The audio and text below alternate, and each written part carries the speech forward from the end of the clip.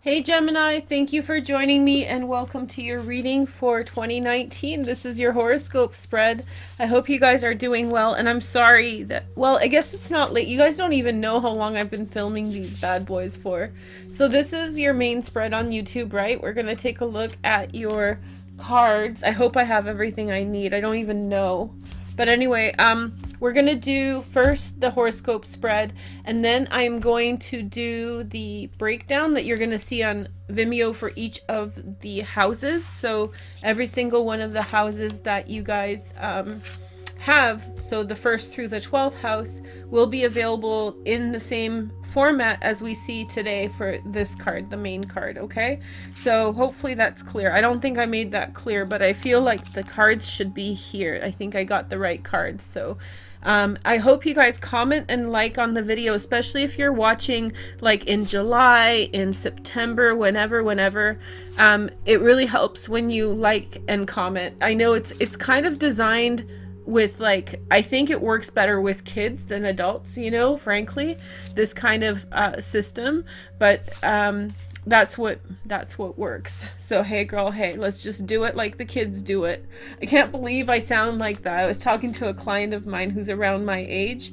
We're in our 30s, and it's like, whoa, like how did we get here? What do we do? So anyway, yeah, fun times. So first of all, I'm going to introduce the horoscope spread for you guys, and then we are going to do the breakdown, okay? Sorry if that got redundant. I'm getting tired. You guys are like the ninth sign that I'm reading of 4.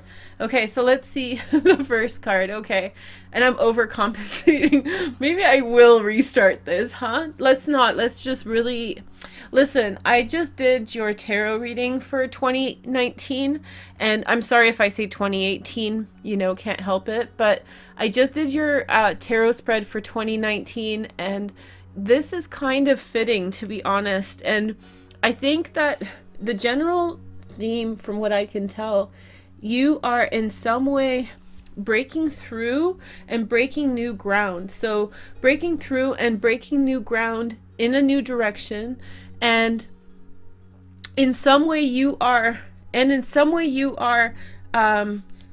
you are facing something that you haven't even possibly even known was there before, but it was always there, staring you in the face. And in some way there's this thing. I know it's a giant phallus in here, but like, sorry guys, it is the top deck, so it is what it is. But this is the sign of Cancer, and Capricorn, and this is your 8th house of change, endings. This is where the South Node is. You're pulling something from the depths. It's really showing up really strong, and I don't feel like I should change it, not because I want to taunt you or because I want something bad to happen to you, but more like this has to happen so you can heal, so you can get over whatever it is that is so hidden. It's kind of weird. I don't get readings like this, so I feel like I should honor it. And if you guys are really offended, and you know, I'm gonna film a lot of videos, but if you guys are really offended, then let me know and we'll talk about, you know, fixing it. So your first house coincides with your personality. It's also January. So you have the star. Okay, better, right? Watch this spread be amazing though. So like, you know, this is you having a good time in an amazing year. Maybe. So the star is soulmate, serendipity, twin flame, Aquarius. Hey girl, hey. So I feel as though throughout 2019, and especially in January, monumental things would start happening for you. And I saw that too in your tarot reading. In the 2nd house of money and February, we have the Fool. And so I feel like new beginnings. I think you're going to take a detour in the way that you work or what you do for work. I think there's going to be a fundamental change. And for some of you, it's getting pregnant and completely dipping out of work. Like paid work outside the home and becoming a full-time mother. Here is the next message. We have the Hanged Man in the 3rd house. I feel as though your siblings represent to you very deep aspects siblings represent very deep aspects of who you are. They're very deeply connected to karma. And now this is who you're negotiating with in your 8th house. It is what it is. This is who is there. Sorry, these cards are big and I have like, but that's okay. You know the Hanged Man. Here, let's make sure that we kind of see him. He can be reversed, okay? But he's actually in the up. No, let's not do that. It's bad juju. Okay, so we have so we have the Hanged Man, okay, in the 3rd house, which represents that you're clearing some kind of karma. You're doing some kind of deep work, possibly to do with communication. Important communications come through. I actually feel it's going to be a weird year for you. I don't think it's going to be like a normal year. I think it's going to be a different type of year. And this is the house that you traditionally govern. So I feel like that's all linked to here. That tarot reading is very metaphysical. It's probably the most metaphysical reading I did for 2019. So you have to come at it with an open mind. It has like mentions of past lives and all this stuff. And it's free on YouTube in your playlist, by the way, just in case somebody's like, you know, that's where do I get it? Yeah, that's how you get it. Here is in the 4th house, you have the Art Temperance card. This is a nice message. Juno is going to be in the 4th house this year for a few months. And Juno is like the mother and like a caring, nurturing energy. I feel so and I'm kind of combining what's here with what came up in the tarot reading. So you guys hear it and can, you know, understand and whatever. But I feel like there is a consolidation of energy. Basically, there is some secret within your family that is very well hidden, or everybody knows and they're hiding it to each other. They don't talk about it. They, you know, the unspoken thing. And so there's a secret that's unspoken that's going to start being, it's not yet this year, but you're becoming aware of it this year.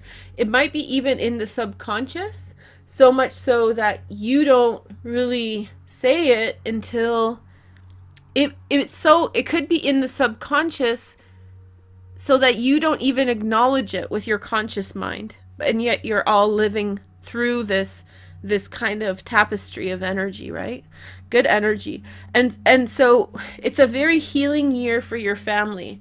And that makes sense because I'll show you guys, Pluto and Saturn and the South Node are in your 8th house. And what that means is that there is a lot of karmic energy that is pooled together and shared together in a mass. And what that is causing is there's some kind of big healing energy that's coming through your family, and that has to do with the secret. It's the main thing that's affecting everyone. So if you have a Gemini in your family, like my dad's a Gemini, so my family's going to go through it too. So if you have a Gemini in your family, or if Gemini Sun Moon rising, then you're the conduit for this. I don't even know how to describe it. I know it's going to be a huge part of 2019, and we're going to hear about it a lot through the eclipses and through all the other changes. Not Venus retrograde and not Mars retrograde. This is the time to push forward. So we're pushing forward the baby, kind of, but it's a secret and we're pushing it out, okay? So you don't have to do it alone, Gemini, but you are going to kind of get pushed into doing big parts of that, okay? In the 5th house, this is May. This is your children. Magician, and this is also your area of fun. So it's going to be a fun year. Whenever you have like something like this in the center card, oh, Mr. Devil is here. It's good. It shouldn't be the Devil. It should be Mr. Devil. It would be so great. I would love a tarot deck with like that. So I feel like it's going to be a fun year, one where you kind of are up and up, like, hey, let's go have fun. Let's kick it. Let's do the hokey pokey, whatever. And I feel like you're calling the shots, you know, in terms of fun and in terms of other things. And money is good. And I think money is going to be quite good for you in 2019. Here is the next message in the 6th house. And we have the Lovers here. So this is your card. Your 6th house is ruled by Scorpio, right? And it is to do with brothers and love, combining energy, coming together with someone, really kind of working things out. So, but this is the separation of love. This is the recognition that there's two mirrors, that there's Cain and there's Abel, right? There's the king and his queen, and it's all unified at this point, but now it's separate. So this is all the closest people. This is all the closest people in your life, or two parts of yourself.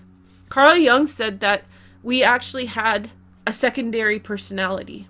I think we have many personalities. I have a different personality on YouTube than I do at school than I do with my parents, for example. You know, in each situation, but there is this secondary personality that we supposedly have.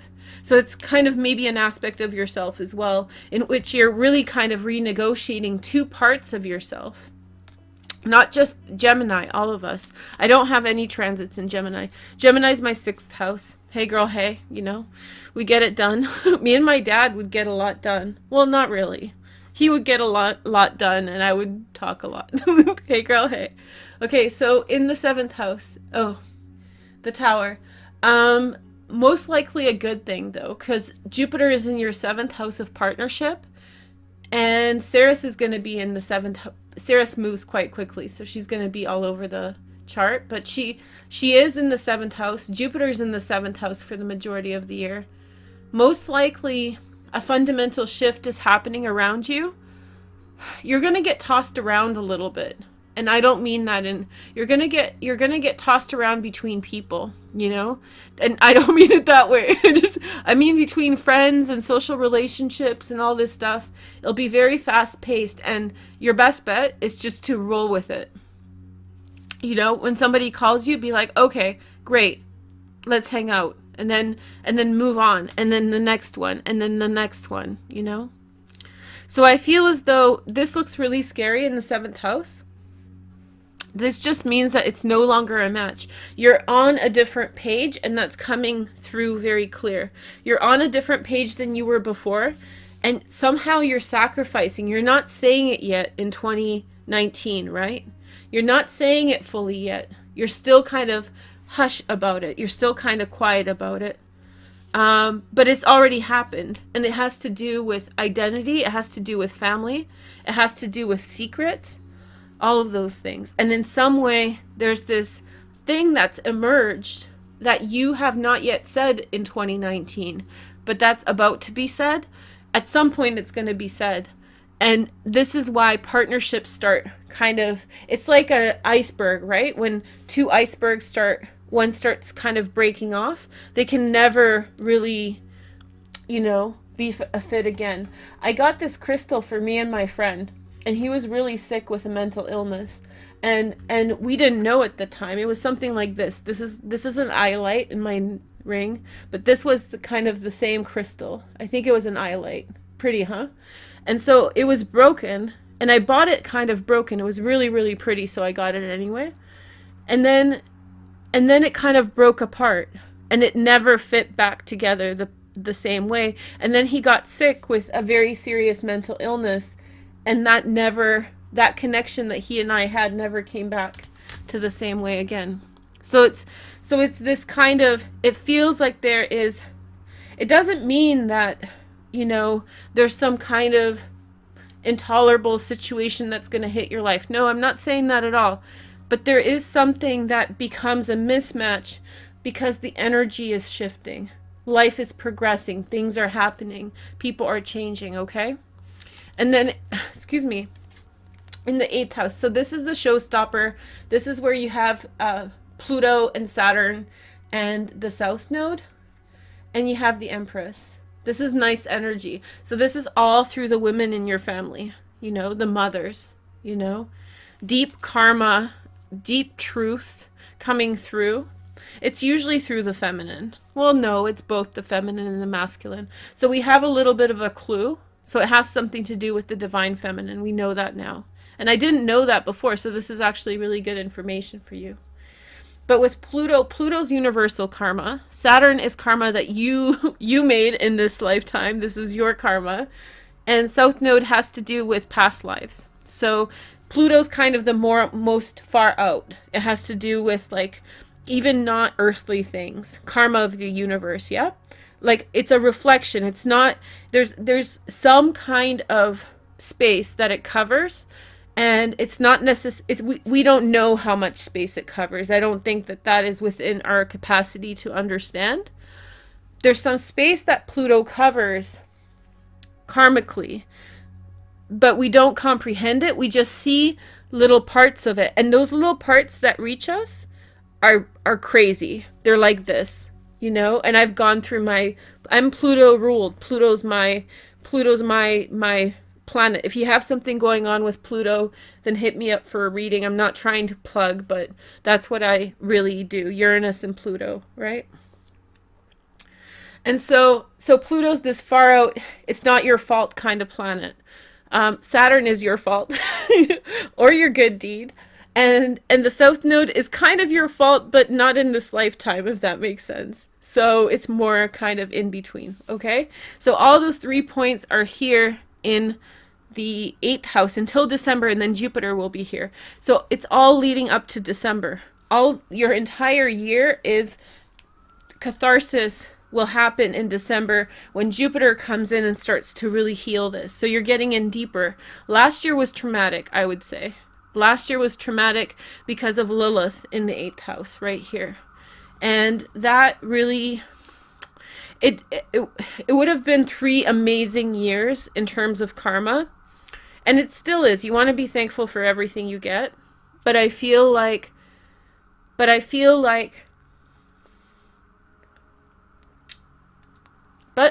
thinking about it, sorry.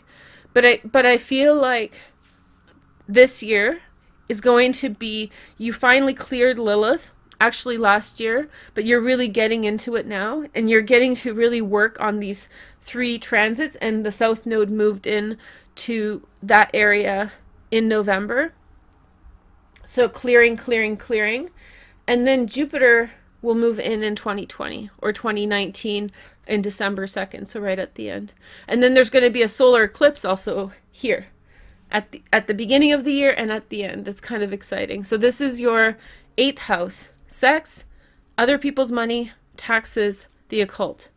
Big showstopper. And so I feel as though there is joined energy. I think it has to do with siblings, though. I think it has to do with siblings and cousins and energy like that. The 3rd house is siblings, right? Okay, so this was the main one. Sorry, I kind of went on. And we're going to break each of these houses down in the Vimeo. Here is the next message. So we have the Death card here. This is in the 9th house. In Aquarius, I think we have Lilith for a few months at the beginning of the year. They're not much, which is great. Aquarius is going to get a break, and so are you. This is your ideas. At the end of the year, maybe you weren't aware of this, but I feel like your ideas got sort of, how do you say, got sort of crazy because Lilith was in the 9th house. Simple. It's just, and so this is the clearing, the purge, the you're going to get a reset. That's what it is. So in terms of ideas, if you're planning a long distance trip, that might not work out because there might be something else that's happening around you, okay? Here is the next message. In the 10th house, we have the Chariot card, and we have Neptune and Pisces. And so I feel as though with your career, I have a feeling that many of you will be having a level up, and this is a confirmation of this. But I think that level up, the increase in either success, prominence, whatever, will have to do with, when I saw this was confirmation, sorry. So it's in the 10th house, and Neptune is here, and I think that overall good energy, and I'm kind of not surprised to see this card, okay? In the 11th house, we have Chiron, and Chiron is in Aries, right? This is friendships. This is going to get, okay, so we have the Hierophant. I feel as though the Hierophant is the Hierophant because he or she has learned.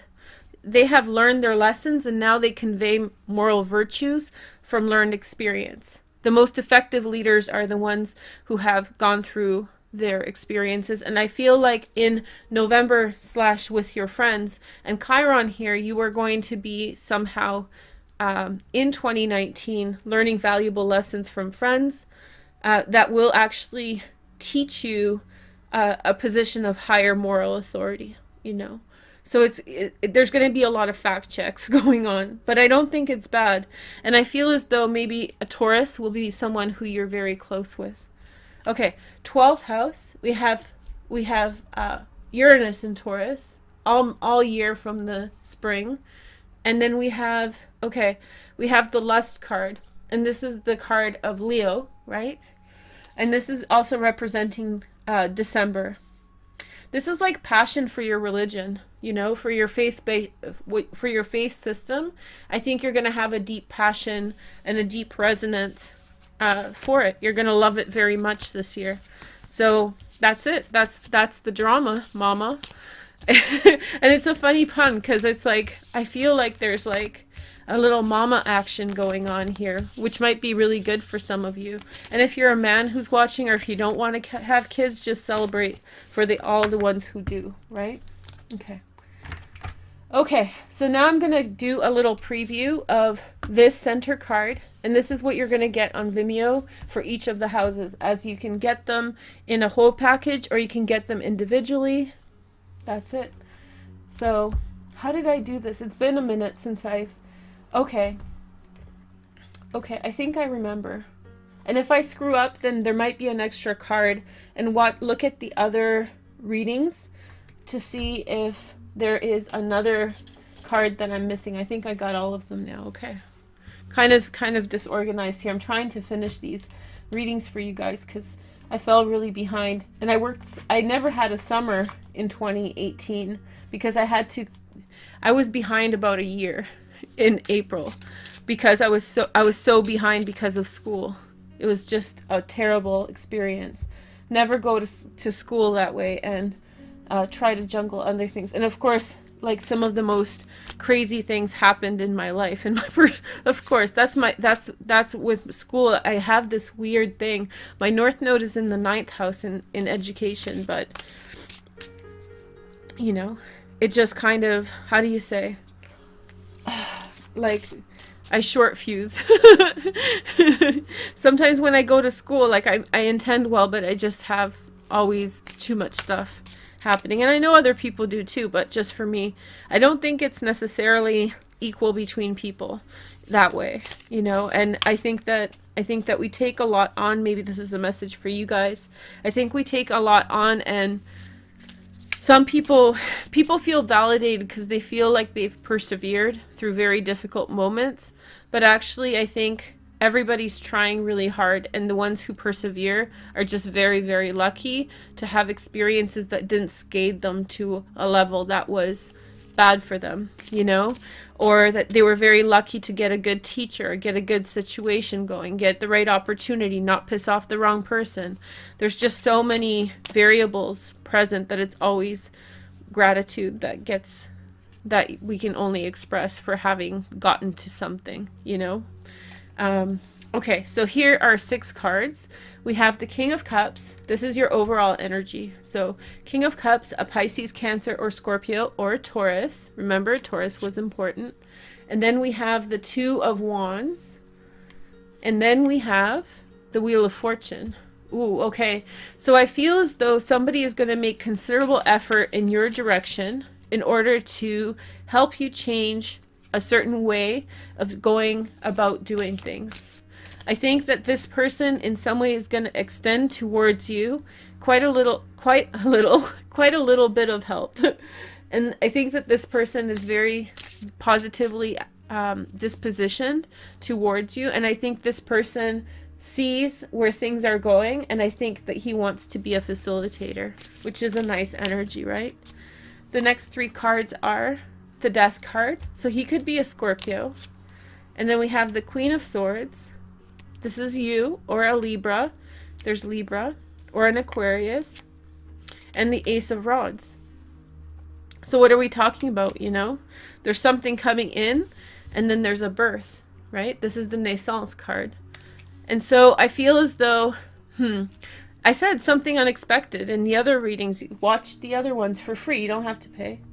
The other readings say, like, there's a new birth. There's something unexpected is coming around, you know, and it's turning your luck for the better, Gemini.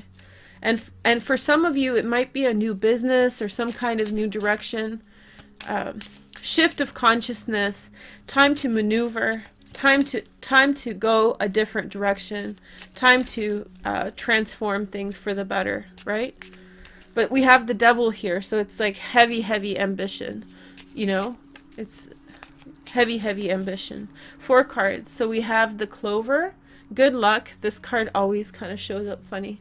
And then we have the stars, okay. And then we have the child, bang on. And then we have the bouquet. So I feel like overall this year will yield for you very good outcomes, prosperity, positivity, very high success around children and with children. And then this is also notoriety. So being known for something, you know, being known for something really great. I have 2 more cards to show you. Yeah, I got it right. That's the way it's going to be on Vimeo. Okay, so I have 2 more cards. This is the Vibes Are Always Right deck. I really like it. And we have Call on Your Angels. So calling for help, calling for assistance, right? It's time to open up and say, I feel as though your mind's being opened up towards something, and I think you're letting it in, right? Okay, so let's see your cards. Your message is, I trust the process of life to take care of me. Today is a new day. I will have many wonderful new experiences. I am loved, I am safe, and so it is. Pretty good message, huh? It's super nice to have done this reading for you. I hope you enjoyed it. Sorry if it's a little rough compared to the other horoscope readings. I basically took a bunch of, I think, a week and a half between doing them because I was doing your other readings. But I hope you guys enjoy this. Again, if you want to get each of the houses clarified, go into the Vimeo pages and get one or all the videos. Thank you so much for joining me. Have a nice day. Bye. Hi everyone, and thank you for joining me. This is your love forecast for the year 2018 for the sign of Gemini. So this reading is for you if you are a sun, moon, or rising Gemini. I'm reading with the Engel Tarot, E-N-G-E-L. It's a German out-of-print deck, and it's beautiful. You can see that it's all like printed on special cards. It's an out-of-print deck, but it's all about angels, and I love it. And I just thought for a higher arcana reading, couldn't pick a better deck than this one. So let's take a look at how your year is going to evolve in terms of love. Also, if you want more readings for 2018, I did a series of readings on my YouTube channel, which is linked through the playlist in the About section. Also in the playlist, you will see my links to Vimeo. And on Vimeo, I did a very special horoscope spread. This means that I made 12 videos, one for each house of the zodiac. So, you know, your love life, your career, your spiritual center, yourself, your money issues, romantic partnerships, etc., children. So each area of your life, I actually did a separate little reading for that you guys can rent and watch on Vimeo. So check that out in the About section. Okay, in the meantime, let's begin your reading. This is the heart-shaped spread. It's my design, and I did it for you guys last year, and this is probably the most requested spread that I have. So I'm very happy to do that for 2018 for you guys. This reading got really long, so yeah, but I'm going to just pull through it for the second part. I hope you guys don't mind. The January portion of the reading got really long, so this part is just much longer, but I hope you guys are just getting spoiled, Gemini. That's okay. I think I said that before, that I haven't been spoiling you guys enough, and you know, I have a lot of very special Gemini people in my life, and yeah, it's time to spoil the gems. Okay, first card out. we have the Tower. There's your spoiler. So, so I feel like in the January reading there was a disappointment. I felt from the reading that it was more to do with friendship than romance. This is definitely a romantic reading. So the Tower represents a destruction that's happened in your life. This is the shared energy between you and your partner. So if you don't have a partner, you do kind of have a partner, you just haven't met them yet. Wherever they are, this is what they are going through in relation to you and your relationship. The Tower is like a clear-cut catharsis, total change and transformation, overhaul. Last year, for the Virgo 2017 reading, I'm a Virgo, I got this as the center card. And let me tell you, not too many bad things happened in terms of my love relationship, or there wasn't like total destruction, mayhem, no one died. Just so you know, everything was pretty much okay. And yeah, there was different things that came through in the year, but in terms of the energies relating to the Tower, it was really not what a lot of people, or what I would assume Tower means. In fact, the Tower represents love at first sight. So for some of you, this could be like an instant connection where you find that person right at the beginning of the year. So it can be quite positive. It's kind of like a light switch, the Tower. Imagine light on, light off. So from pitch black to light, and from light to pitch black. So you can have just a very fast change in your love life between you and your partner. The next two cards represent your highest ideals for your relationship. This is what's going on for you in your life. So your first card this is the Lover's card. So you're looking for a family commitment. You're looking for a really deep connection.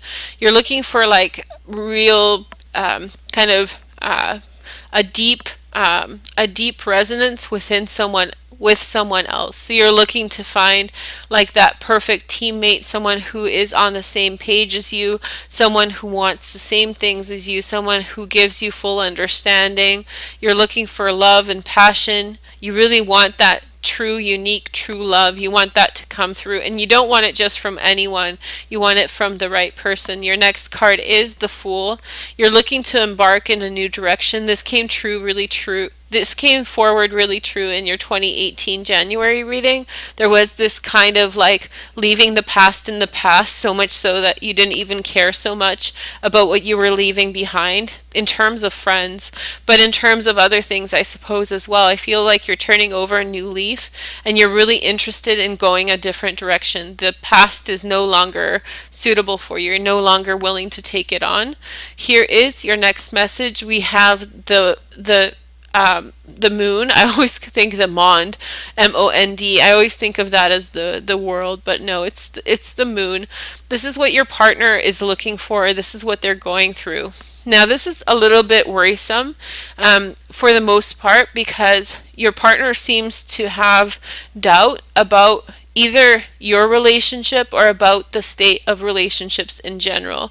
It's like he or she does not really believe that it's possible, or there could be clouded visions. There could be a certain degree of nightmares or worrisome thoughts about the prospect of your relationship with them. Remember, this is either your current partner, or if you don't have a partner, this is your twin flame, soulmate / true love, depending on however you conceive of it. Everybody has their own way of kind of conceiving it. So just kind of think of the ideal person, the next person in line, the next person or the person that you're meant to be with. This is what they're going through. So the world always tells me that there's a certain degree of questioning, there's a certain degree of doubt in the situation, and so I feel like with this shakeup, whatever the shakeup is going to lead you to make certain changes in a more impassioned quest to seek love, or to seek that balance of the lovers.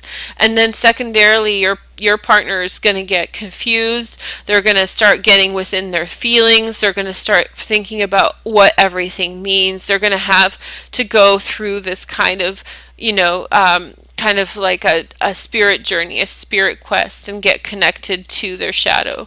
The next message is, so we have Temperance. So I think that both cards together, wow, this is the card of Sagittarius. This is the card of Pisces, by the way. This is Gemini. This is your card, and this is not associated with a zodiac sign. But yeah, we have, but I think it's Uranian. The Fool, but we have the Temperance card connected with the World, and I feel as though there's this kind of balance of energy coming forward, balancing of energy, kind of melding together of different viewpoints. I think your partner, or your prospective partner, is really questioning where they stand with things in general. I think that this is a time of great creation for them. They're really focused about where to take their life, how to progress, what is life. They're having these kinds of existential questions, possibly about who they are, what life is, where they are in the universe. These kinds of circumstances are really coming into their life. Unfortunately, for some of you, this Tower will represent that your partner has suffered a significant loss, and now it looks as though they may be mourning or going through the stages of grief and loss, and those stages are being internalized, and so they are working through them to find their identity again. You know, like if they suffered a loss of a job, a significant job, or if they, you know, suffered the loss of a pet, like a dog that's been with them for 17 years, they may have to go through this kind of catharsis or process to re-identify who they are in the world and who they are in relation to you, or what they're looking for. Because if you don't know them, if you guys are single still, then you know, that's what they're working through. That's what they're working their way through. So here is your next cards. The two next cards, they're more practical. This is kind of the ideals, the thoughts, kind of the ambition. Whereas the two next cards are like what's actually happening next. So first we had the Tower, then we have these cards. This is what you're going to do after the Tower. You're going to get the Empress. So many of you are going to connect with your mother. You're going to really kind of go back to your mother's advice. If your mother has passed, I'm really sorry for your loss. But and this is not a prediction for this year. I don't predict death. I don't think that that's the right way to go about things. I don't think that's how cards work.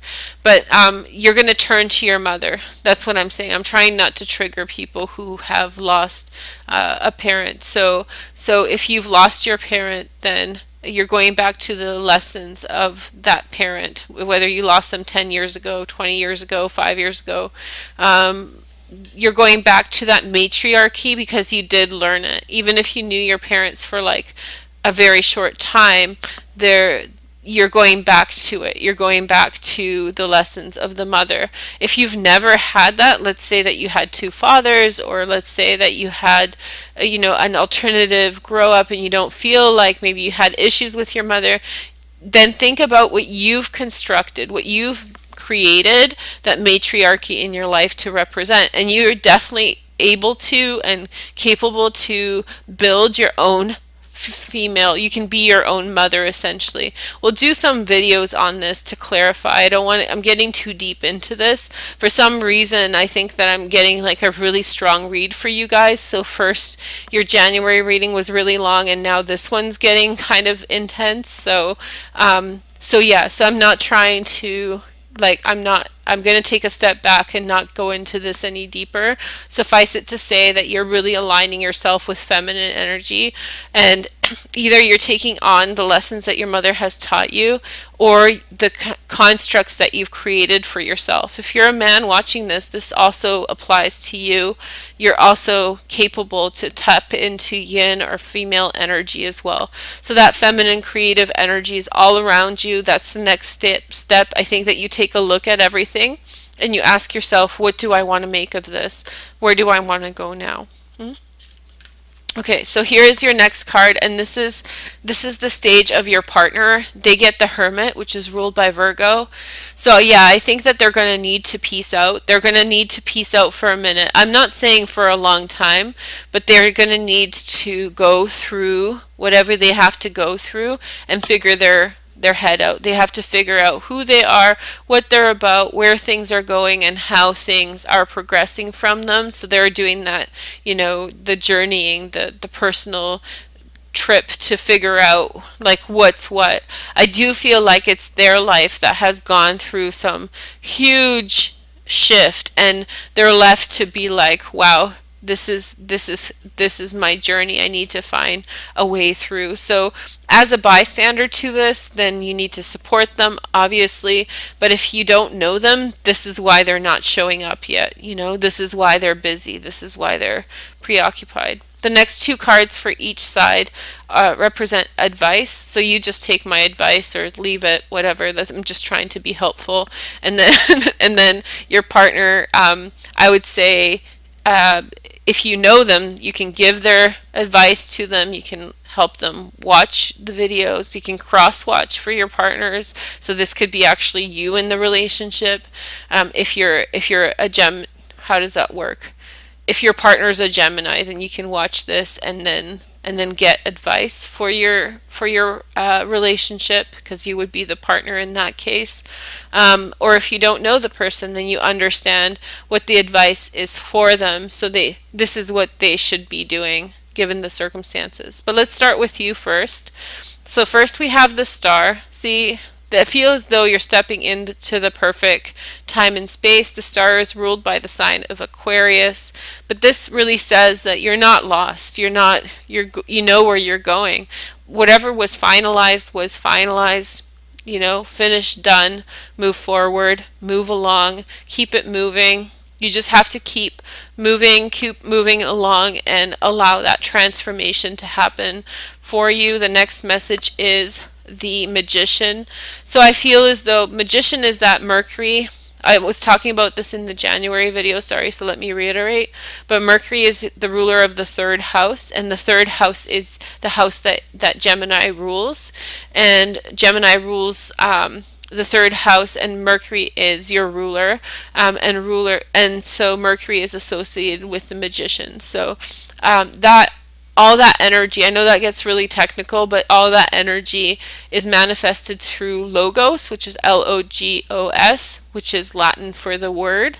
And so essentially in magic, all creation or all manifestation happens through the word, right? Logos. And so the Magician is the architect of the word, the person who uses the word to bring about change in their manifest reality. And so you here, as the Magician, have great power to create out of the universe that you have anything you want. But you still have to be humble to the laws of the universe. And of course, you're not bigger than nature. You're just a Gemini, just like all of us. You have your own limitations, although you're very powerful this year. And in fact, powerful in terms of creating the way of the direction that you're meant to go in your life. And this is about bringing in soulmates. This is about bringing in the ideal person. This is about bringing miracles to that person who really needs one. So this is your true love, your soulmate. Maybe you are meant to expel a certain type of word or energy out into the universe. Maybe it's a word of forgiveness. Maybe your time with your partner is now finished. Maybe they've done something terrible to you in this lifetime, and so you can't go back to that relationship. But maybe this is the moment in which that cathartic forgiveness happens, and you can move on to other lesser soulmates or other lesser relationships. I mean, sometimes we have our primary relationship for just a short time in our lives, and that business is done with that person, and then they are removed from our life so that they can come back to us in another life. And what if in that situation they had done something that was unfair to you, and it's time for you to let that go so you can go into other directions? I'm just saying. But don't be worried that if you feel like the love of your life is still ahead of you, if you're single, then pursue that. Don't listen to this. That's only true for those of you who feel as though, the love of your life was in the past and something happened and you can't go back to that relationship. this is the answer. This year you grant them forgiveness, and by granting them forgiveness through the word, through your kind words, or if you give them a blessing through your word, I really hope this person gets through grad school. I really hope this person lands the job. I really hope this person has the child that they want. You know, whatever kind of blessing gets the health that they need is maybe the ticket out of their circumstance. And whether or not you see them again in this lifetime, it's such a small piece, because in the large scheme of things, you have created a miracle, right? And that's the highest manifestation of Dharma. So you're definitely in the flow of this, and you're like, well, what about me? Well, what about you? Is that it's going to come back onto you very powerfully. So just be benevolent, Gemini, and it's going to really bless you. Here is the next message. This is advice for your partner. So they get the Sun. So like, I do feel like I didn't even look, like this is how I'm holding the cards. So yeah, miracle, blessing, something's coming through for them. I would say about mid-year, you know, second to third quarter, somewhere in the middle there's going to be a turnaround. And their night is going to turn to day. So it's all about this shift of energy that you can't outthink the universe and how the planets are around you. You can't control those things. Lilith is in Capricorn, conjunct Pluto right through the spring. This is not something to be mocked or kind of thought at a haphazard way. That's a dark shadow energy, you know. And so I'll do videos on that to explain this for you guys on a deeper level. But in the meantime, I do feel like your night is turning to day and you're transcendent. Here is the next card for your partner, the next piece of advice. And so this is the Strength card. So if you're like listening to me and you're like, I'm not ready to let my partner go, Varush, get on out of here with that. I'm not letting them go. I want them in my life. Yeah, I get it. You want love in your life. So do we all, right?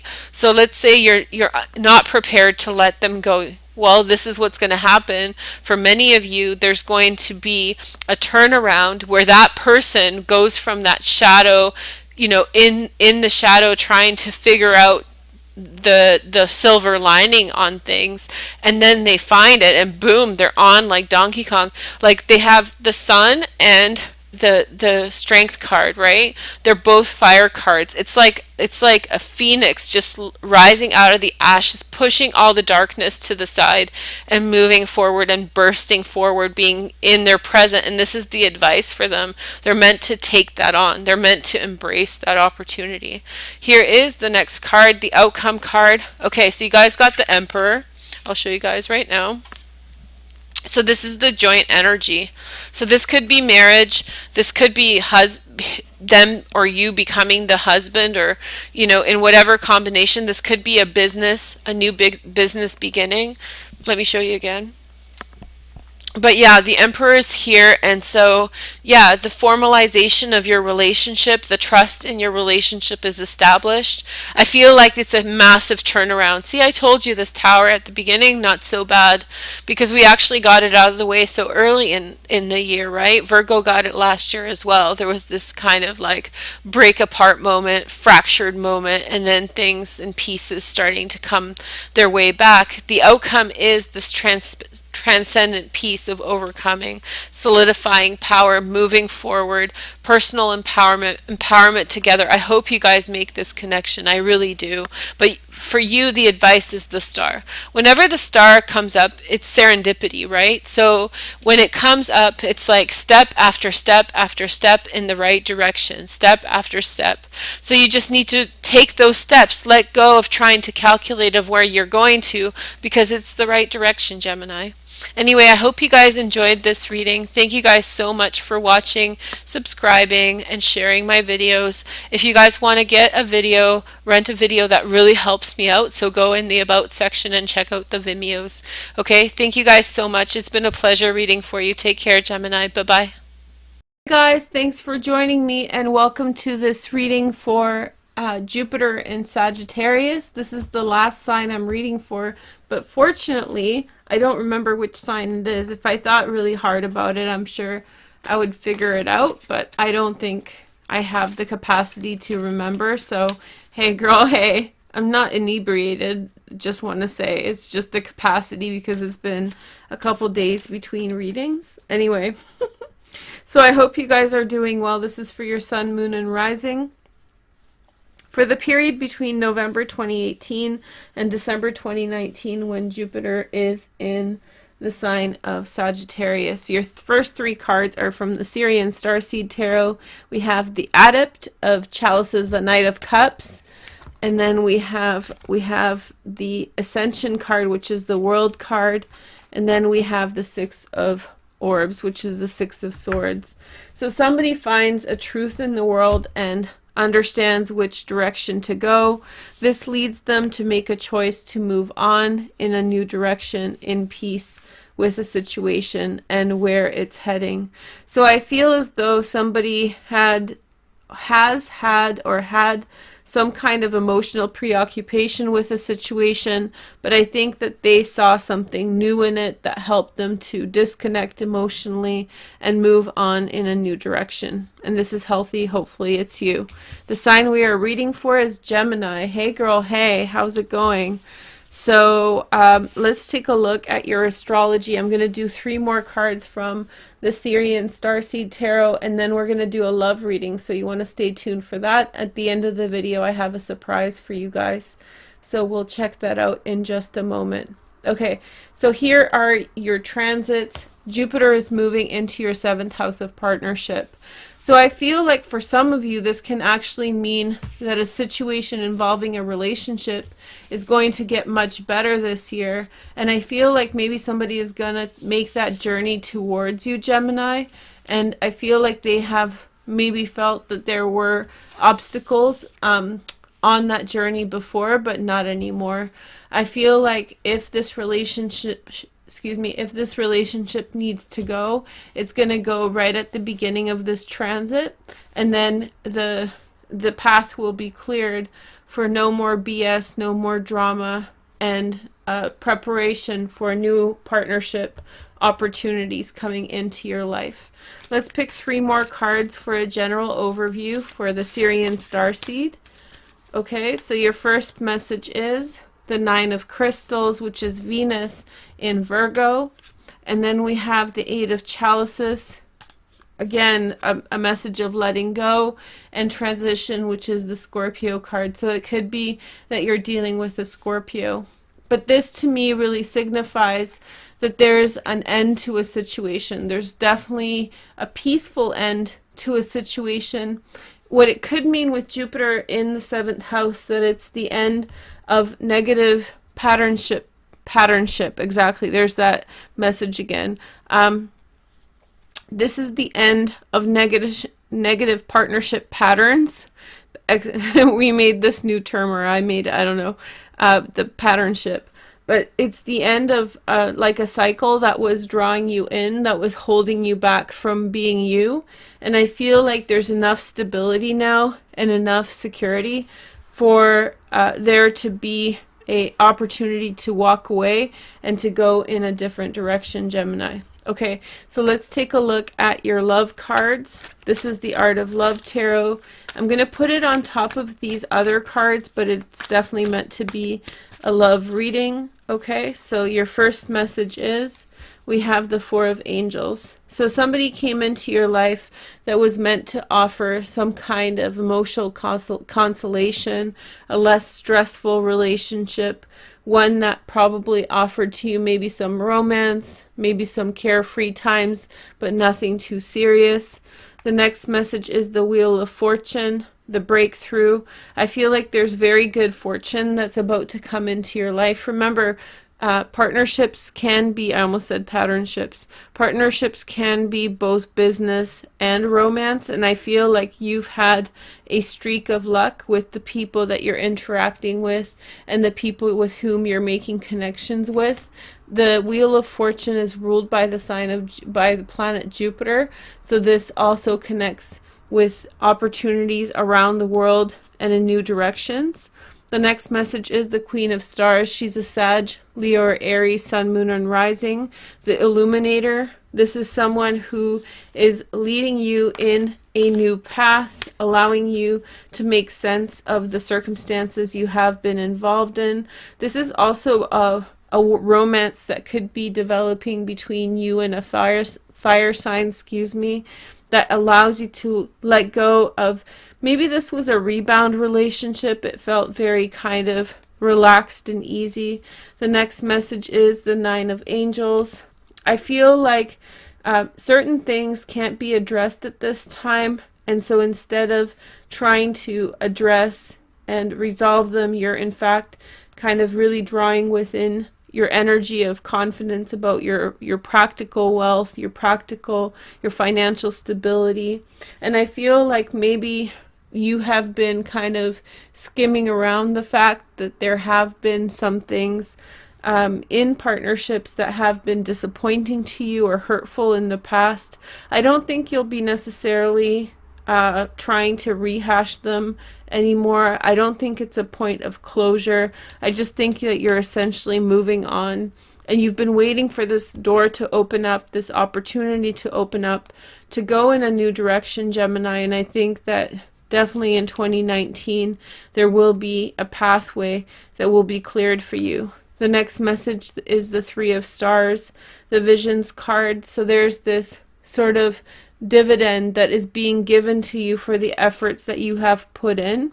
I feel like the relationship with the Pisces, Cancer, or Scorpio is going to yield for you a positive outcome because you approached it with a lot of tact and humility. And so basically it was like a very peaceful interaction. If it was a romance, then it was just a very kind of gentle experience. It wasn't intense or overly serious, but everybody's boundaries were respected, and so the karma sort of got settled out. And so now, as a byproduct of stabilizing the environment, you are allowing yourself to really enjoy some positive outcomes from the last few months. So I was just reflecting earlier today about my last year. I had a very, very hard opposition between Pluto and Venus. My natal Venus was opposing the transiting Pluto for a year, actually a year and a half, and a lot of really crazy things happened. But I was reflecting on that and thinking about how the events that happened last year in the summer and early fall, how that caused a domino effect in my life and literally caused me 10 months of extra work to have to deal with, like over inundated me with heavy work and burdens. And as other things came up in my life, which they do in all our lives, that those burdens kept on becoming heavier and heavier. And so accidents and all sorts of different things that come up in a person's life. And so I feel like what I was reflecting upon was how an event can really trigger a chain reaction and cause the real missed opportunity or the real set of delays to opportunity, and be consequential one after the other, just like dominoes. And so I feel like the reason I'm mentioning it is that in this reading, I feel like the integral part here is finding rest in the situation and really allowing a peaceful transition out of a circumstance and time in which maybe money was heavily involved and maybe some really hurt feelings. So had this not happened, had this not brief relationship didn't occur, then I feel like maybe it wouldn't have been as peaceful, and you too would have gone through a domino experience just like I did last year. So mine was because of Pluto opposing Venus. It's a very intense transit. If you ever have it in your life, the next 15 years will be for Cancer sign Venus, and then later for Leo Venus people, but that won't be for 15 years. So very slow moving transit, but it's really a tough one. Or if you have a moon in Cancer, or if you have Venus moon in Leo, that's gonna be tough as well. So but the events that came up were extreme, like very extreme and very strange and very peculiar, very like Pluto-like. I always think of Pluto like a little bit asymmetrical, a little bit, you know, like that house. There's this building in the Czech Republic, if anybody can link a picture of it in the comments below, where it's kind of dislodged and kind of contorted, and it's kind of like a deconstructed building, and I think it's a museum anyway. It's really famous because it's very kind of atypical, and that to me is what Pluto energy is like. Very extreme, very in your face, very like bricks and mortar kind of feel to it, but also kind of out of place, like Baba Yaga's hut in the woods standing on one crow's foot, like very kind of peculiar energy, right? So anyway, the reason that I'm mentioning all this, and many of you have lived through this opposition, if you have Venus or if you have a Venus or a moon in Gemini, or even the sun. Pluto was in opposition in Sagittarius to your transits as well. So those would have been 1 to 2 years of just mayhem in your life. So the reason I'm mentioning this is to kind of compare and position this against those experiences, just to reassure you that I think what Jupiter is doing for you is allowing for a smooth transition so that you can facilitate and flow into good relationships. So let's see your last card. We have the Three of Trees, hard work. 2 3s, I always find these 2 3s together very successful. So you're really going into the right path for yourself. I feel like maybe in the recent past you were dealing with circumstances in which you were out of your right path, and maybe this is why things have been in the recent past very kind of dislodged or violent or kind of messy, broken, and so getting on your feet has been hard.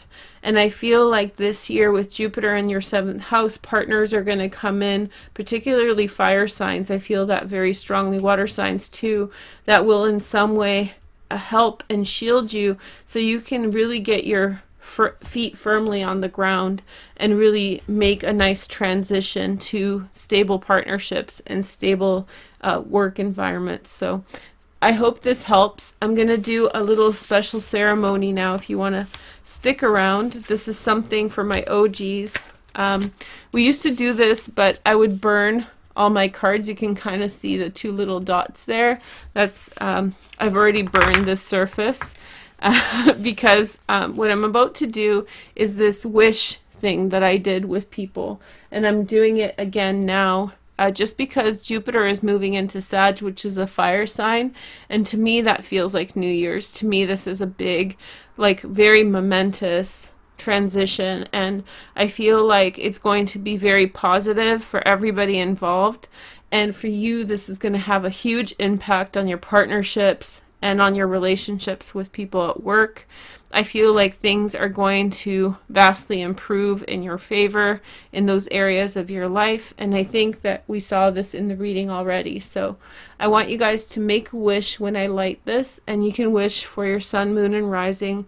Feel free to come back as many times as you like to make a wish whenever you need it. And so let's begin.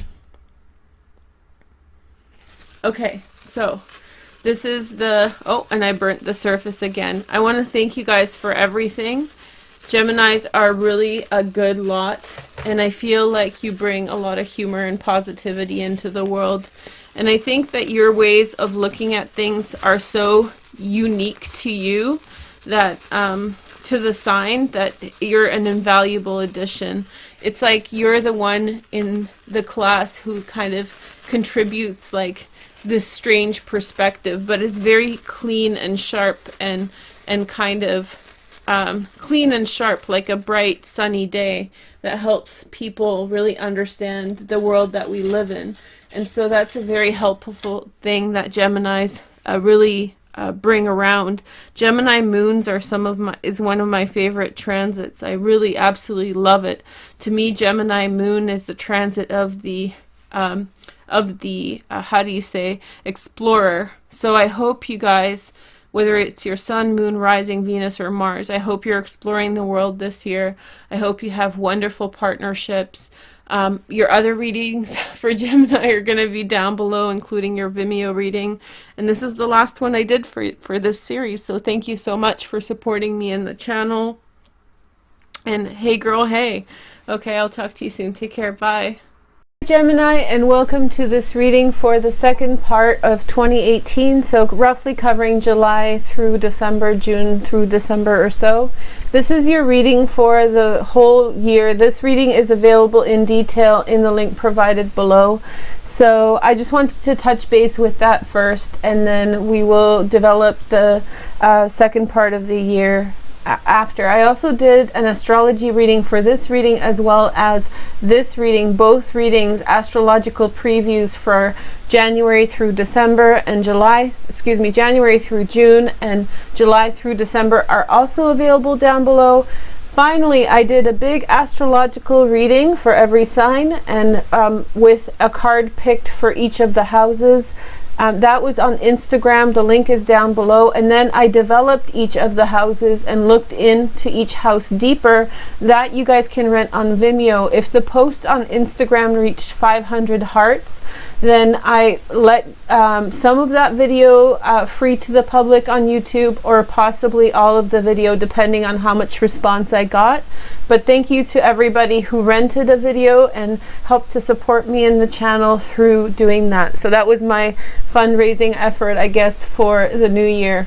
Anyway, so we have the reading here, which is available on YouTube for free. 2 astrological readings, one for January through June, and then the second for July through December. Then an astrological chart reading on Instagram with a clarifier on Vimeo, also linked down below because I can't link through in Instagram. And then finally, we're going to do the second part of the reading. So I hope you guys enjoy all of the readings that we have for 2018, and I hope they're giving you perspective and some type of knowledge about what's coming up for you this year. I'm so eager to read this that I didn't even light the candles. So let me do that as I explain to you what happened as the general overview for the entire year. So we have the Lovers as your outcome card. We're looking at these 2 cards more so than these. This is the first part of the year. This is the latter part. Your outcome is the Hermit, but that doesn't mean that you're going to be alone. In fact, you're touching base within yourself to make sure that you're okay to be in a partnership. That partnership came up in a reading in December 2017. You guys can probably still find the video. I think I'll keep it available so you guys will be able to find it. And then that relationship also came through in the other readings. You have a massive transit of Jupiter, this planet right here, in your 7th house of partnership. When people have that transit, oftentimes that leads to significant relationships and partnerships being a huge part of their life, right? So yeah, this is the reading for the entire year. We had you as the Emperor at the center. We picked some tokens. If you want it in detail, then go check that out. I'm just going to make a few comments about it here just to get everybody up to speed. But basically, there was a relationship that ended probably in 2017, maybe even 2016, and you've branched out in your own direction. You may have met somebody, but there are delays with making it happen. You're making a lot of changes in your home. You're letting go of things that held you back in the past in order to take good direction into the future, okay? You're also trying to maintain balance as a mother or around female figures. There's strong female energy here. There's also a strong earth energy. So Virgo, Taurus, or Capricorn energy is also a huge part of the equation. But you are definitely branching forward. This is the Fool card, and you're really hoping to make change in the world, but there is some kind of stasis that you have to withstand throughout 2018. I'm trying not to say 2017, in order to move forward in a new direction. Remember, there is a massive stellium in your 8th house of change that will be retrograde through the summer, or in the winter time if you're in the southern hemisphere, and will go direct in late August, early September. That includes the planet Mars, the planet of war and action, the planet Pluto, karmic, universal change, and the planet Saturn, also karmic but maybe more individualized. All three planets are going to be going direct within 1 month of each other in the same area in Capricorn, in your 8th house. This is the house of death. This is the house of change. This is the house of transformation. It's the house of sex, shared resources, and the occult. So it's a really potent place to have this change. This is a precursor to a larger stellium. That's a larger connection of planets that will be there in 2020. So you really want to learn this energy. I'm guessing that life is putting the brakes on you a little bit with that one because of this change, this shift. You have to go through this transition. So today's reading is going to focus on everything pretty much after that point or leading up to that point, and hopefully in our spread we'll be able to see it. But I don't want you guys to get worried about this reading, about your future. We have the Lovers as the outcome, Uranus, unorthodox approaches to relationships, Uranus now in Taurus in the latter part of 2018, and Taurus rules your 12th house. So very spiritual union that you may have with someone else. Okay, so I encourage you to check out the astrology readings if you want to figure out more about what I'm talking about here. Or if you're interested in the astrological explanations, those videos are only 10 or 15 minutes each. I think one of your videos was 20 minutes because I really wanted to explain the transits, because for your sign they're actually very, very important. That Capricorn stellium is a big transit for all of us, but for everybody who has Gemini sun, moon, and rising, it's particularly potent because it's in your 8th house. And then also, those of you who have Gemini rising in particular may want to really pay close attention to your experiences. I really am encouraging you guys to journal so that you can review your journals in 2020 and see what kind of experiences you have gone through this year, because those experiences are going to be formative for future experiences. Okay, so now we're going to move on for the second part of the year. I'm going to be using the Tarot of Dreams to do a big spread. I did this spread for with the Romance Angels for December 2017. So this is a higher arcana spread. I'm using all the arcana in order to clarify with more detail as to what's going on in that latter part of the year. Okay, so I hope this was a good summary. It only took 7 minutes. That's okay. But it's important. It's a part of the message for all of 2017. If you're interested in more information, then just go to directly to the video link down below. Okay, I'm trying to give a good shuffle. I will clarify with Tarot of the Hidden Light, one of my favorite decks for 2017. Okay, so here we go. New beginnings. Okay, so your first card is the Hanged Man. Now I'll lay out the cards pretty quickly and then I'll go into it just like I did in December, okay? So don't expect me to dilly-dally with every card. So we have the Star card as your second card in your second position, okay? The Death card in your third. Change and transformation with mother relationships, female relationships. The Lovers, okay? In terms of the 4th house. That's your sign. It's ruled by Gemini, by the way. The Devil in your 5th house. Conflict, negotiations with institutions, and the Wheel of Fortune. There's going to be a fortunate change for the better, and the Magician. Okay, so the Empress, the Tower, and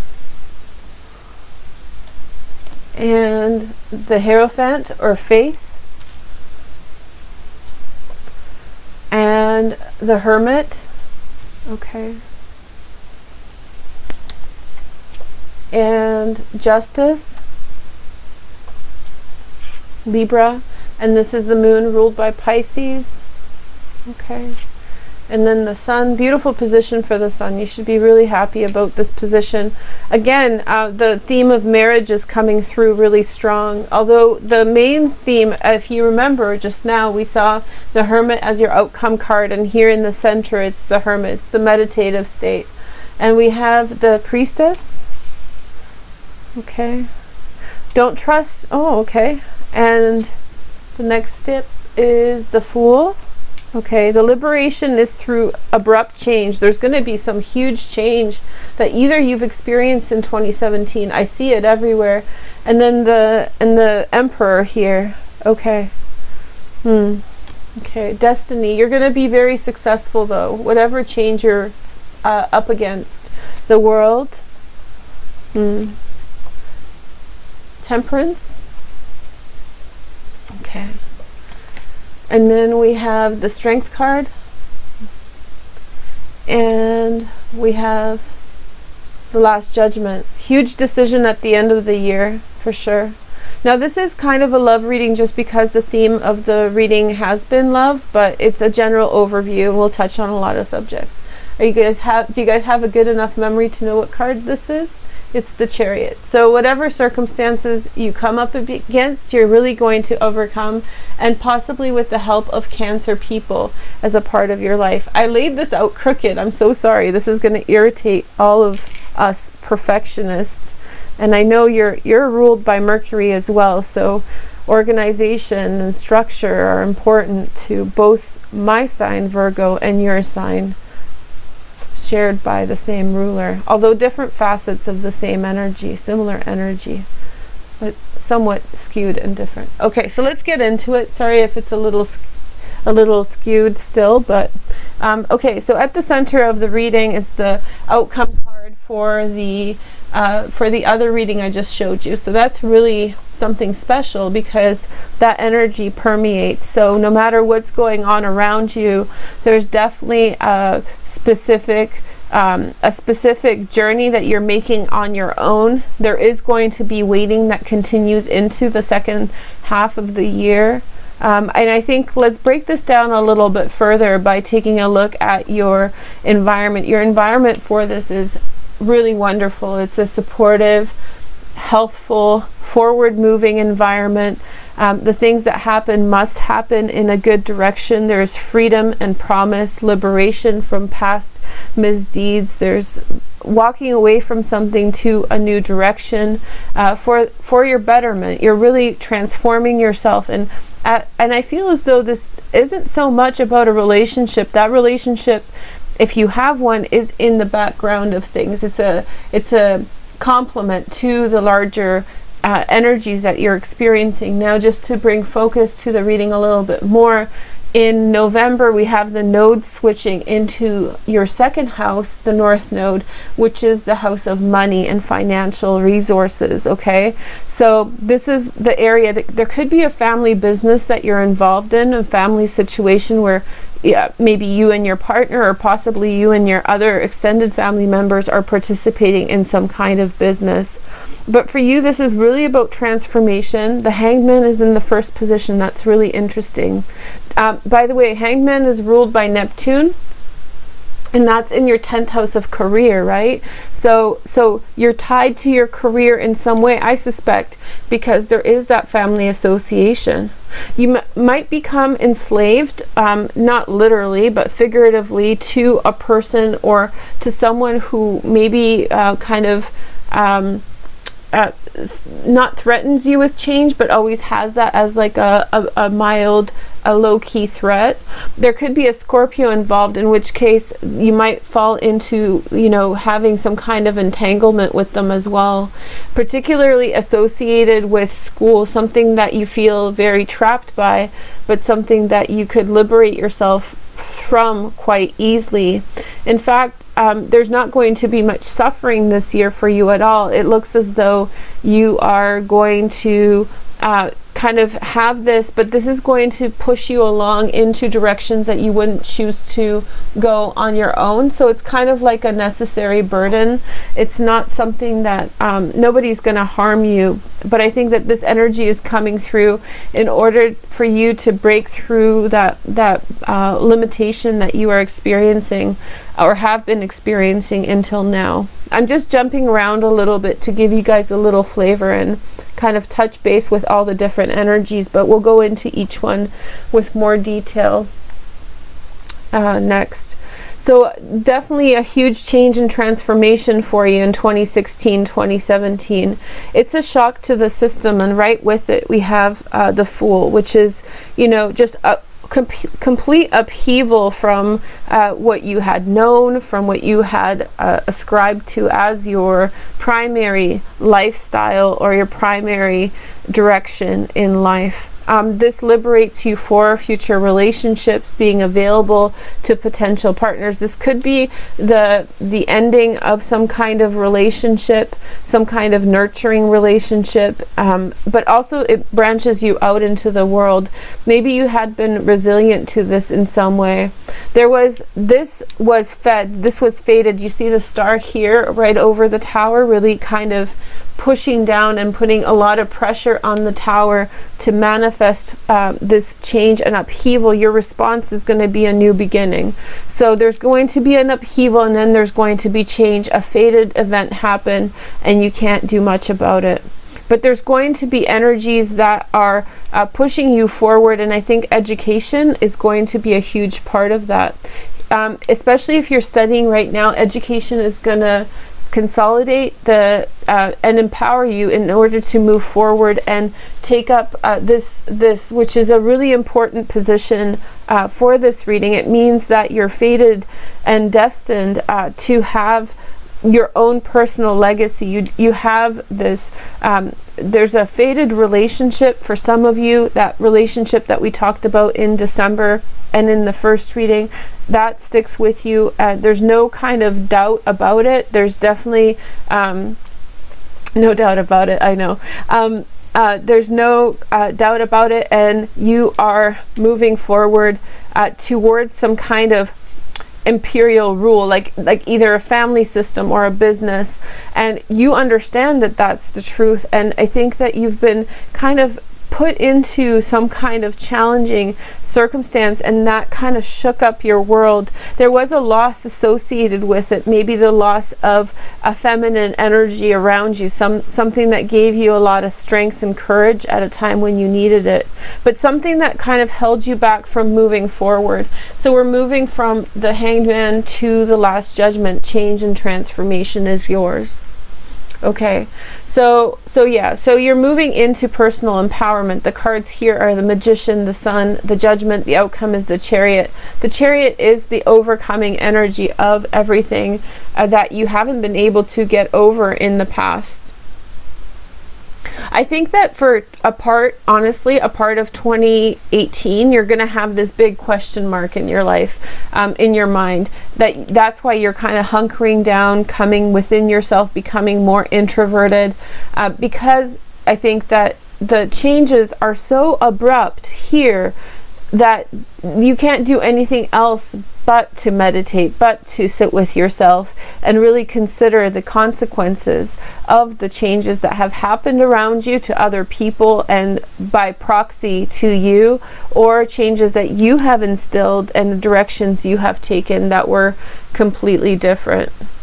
I think that there is going to be an intervention. So for those of you Geminis who have got yourself caught up in a relationship that may have seemed like a fated relationship and turns out to be something restrictive, I feel as though there's going to be a big shift in fortune, particularly when Jupiter moves into Sagittarius in November, and there's going to be some kind of liberating force, almost like an intervention. But that's only true for you if you are in a relationship that is not healthful.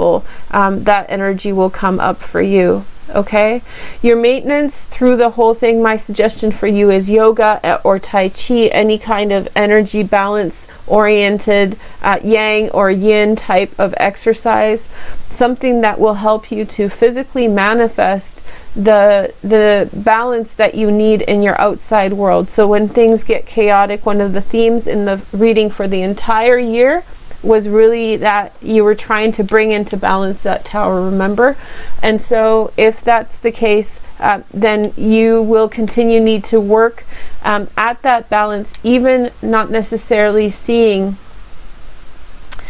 maybe not even necessarily seeing, hold on, maybe not necessarily even seeing how the act of doing a practice, a balance-based practice, can lead to the outward manifestation of empowerment, direction, purpose, consolidation of energy. Again, the theme keeps on coming up for you again. Tough, rough, abrupt change, endings. There's some kind of resolve that you pull yourself to, and then you move forward in a new direction, and empowerment suddenly happens even though you have doubt in your mind. I see that over and over again in your reading. So I just noticed that we're already fairly into the reading. So I thought that maybe I'll use a clarifier deck. This is my favorite deck for 2017. It's the Holy Light. So I really want to encourage you guys to see these figures as dream state rather than shadow work. This is like the dream world, and I thought the Tarot of Dreams with the Holy Light Tarot, such a beautiful meditative. I hope you guys can see it on a big screen. Okay. Some of you are dealing with the death of a mother. I do have to say this. This may not happen now. This may have been something in the past or recent past that has happened to you. And so you're healing those wounds of a loss of a parent, particularly the mother. This may have brought you closer with your father also. But at the same time, you have to identify within yourself things that matter to you and reach out to the world for yourself. Make that connection for yourself. Okay. There is definitely a union that is happening, and your personal, there's going to be more PR for you, public relation type work, at the forefront of something, presenting something, that kind of thing. The insights at the beginning of the year that were so groundbreaking for you, so shocking, are the things that empower you excuse me, at the end of the year to make fundamental changes to your life that sets you off in the right direction. So if you think, why did I have these premonitions? Why did I have these visions? They don't make a lot of sense. This is confused. Then they'll make sense by the end of the year. By the way, this really covers maybe the first part of the year, late 2017. This is stuff that is not about to happen. So if you're worried that your mom is going to pass away, this is not what I'm predicting at all. I would never predict a future death. I don't think that that's fair by any means at all. So, but the relationship with the mother may change fundamentally, or there might be a death of an aspect to that relationship, or a mother figure. Or maybe your role as a mother is changing as well. If you have children, maybe your children are leaving home, and now you have to turn to other pursuits, other ways of doing things. You're finding community and trying to bind together with community. Excuse me. Excuse me. So there's a fundamental call to action here. You have to change who you are, Gemini, in the latter part of the year. Remember, we have that 3-part stellium in Capricorn. Okay. So, okay, let's take a look at the wheel. So let's start off bright and light. The Wheel of Fortune, good luck in marriages, relationships, love relationships, partnerships, family. We have the 7 of Wands. Excuse me about the cough. Let me just turn off my mic for a second, then cough and be back with you. I have this bad cough. It's the end of it. Okay. So 7 of Wands, you're going to have enough resources in this latter part of the year in order to stand up for yourself. So whatever comes across your path, you're going to have whatever it takes to be like, no, I'm going to organize things my way. So that gives you a very good degree of control. There might be people who challenge you at your relationship, and you have to stand up for either your partner or yourself. Let's clarify that moon. Change and transformation, intuitive transformation. Do you remember in your reading that I just showed you before? Rewind to the beginning of the video. We had the moon at the beginning of the year and the sun right beside it. Again, the same combination is here. Okay, so let's clarify the moon. This is your oncoming disposition and what you're willing to do in order to transform your life, Queen of Cups. So you need to get within your emotions, and I think that's the call to action. Connect with a Pisces, Cancer, or Scorpio. The moon is ruled by Pisces, so intuitive clarification. Maybe you're not seeing your own intuition at this time too clearly, and so the Queen of Cups helps you clarify. So maybe you go, oh, I see. You're going through the motions of dealing with life, and you're approaching it in a realistic, pragmatic capacity. You're doing yoga, you're exercising, you're going for a walk, you're getting your chores done, you're going to work, etc. And you have suppressed your feelings through the majority of the year, and I'm guessing at the end of August, beginning of September, things are going to start boiling over. That's when Lilith starts creating a conjunction, for Pluto in Capricorn. Lilith is not a productive energy. She disrupts more than she constructs, and so she's going to create havoc in that area of your life, in the 8th house, shared resources. So what you've been dealing with a loss or some kind of upheaval in the past and trying to maintain balance, and Lilith comes into your fragile castle, your fragile castle on water. Is it build castles on ice or something? And so she comes in and she creates havoc. And I think what you'll need is a very sympathetic listener, someone who is able to provide you emotional support. Now that can be a Cancer, Pisces, or Scorpio, or a counselor. For some of you, that might be a way to deal with this, because you've been dealing with the situation in a rational or pragmatic way and not really getting into the feeling of what it felt like to have your world disrupted in the way that it was. So in the latter part of the year, you could be really dealing with emotions through a relationship, or possibly seeking out counseling. I think that you're happy about it. It's like, okay, it's enough time suppressing and avoiding. Now it's time to address the issue and look at it a little bit more. And remember, your outcome card is the Chariot, which is Cancer. The sign of Cancer, and it's the card of overcoming, moving past situations. It's a growth card. So is the Last Judgment. I feel as though these 3 cards are exciting in this position because they're all cards of personal empowerment. So you are definitely breaking free and breaking through in a new direction and overcoming on your own terms. That doesn't mean that your relationship is ending. For some of you, maybe the relationship will fundamentally change, but for many of you, that relationship is so supportive. I really feel that strongly, that for Gemini, your partnerships, and specifically one partner, if you're open to it, that's the channeled message. If you are open to the person who's there, established in your life, because I know there's someone out there who doesn't have a relationship and someone's totally in love with them and they are turning a blind eye to that energy. And so if it's not right for you, it's not right for you. But if there is a reason, a simplistic reason why you are doing such a thing, then maybe you will come to realize that that energy is very beneficial to you and helpful. But at the outset, you have this energy of the sun, beautiful sun in this position. So the hope, out of the shadow comes the happiness, and you're healed by the Queen of Cups. We have a lot of fire here. So Pluto, I don't label this card as anything but kind of ethereal. I don't ether,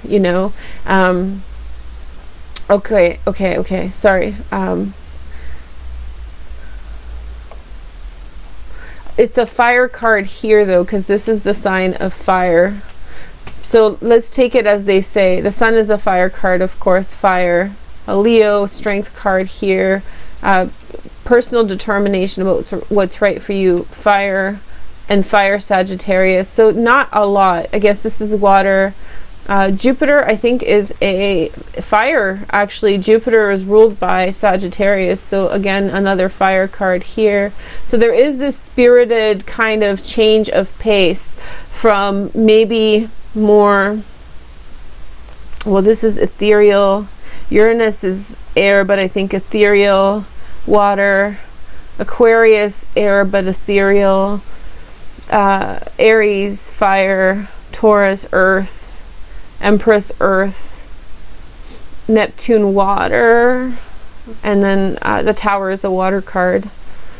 So a mixed bag. This really feels like chaos. You're really stepping out of chaos. If you guys want to help me name the video, maybe you guys can remind me that I want to call it Stepping Out of Chaos. I can't possibly watch into every single video, but let's keep going and clarifying, okay? But this is really so hopeful. As you are watching, you already have your sights set. This is in the past. You have your sights set on the future. There could be a Libra person who comes in who helps you gain perspective as well.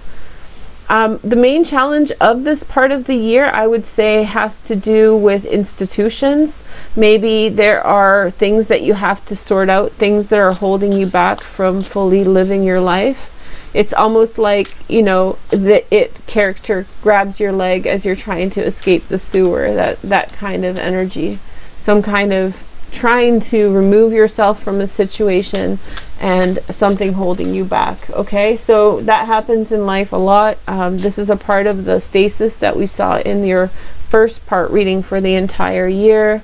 You're definitely overcoming. Let's see how the Chariot fares. I don't even need clarifiers. There's so much in here.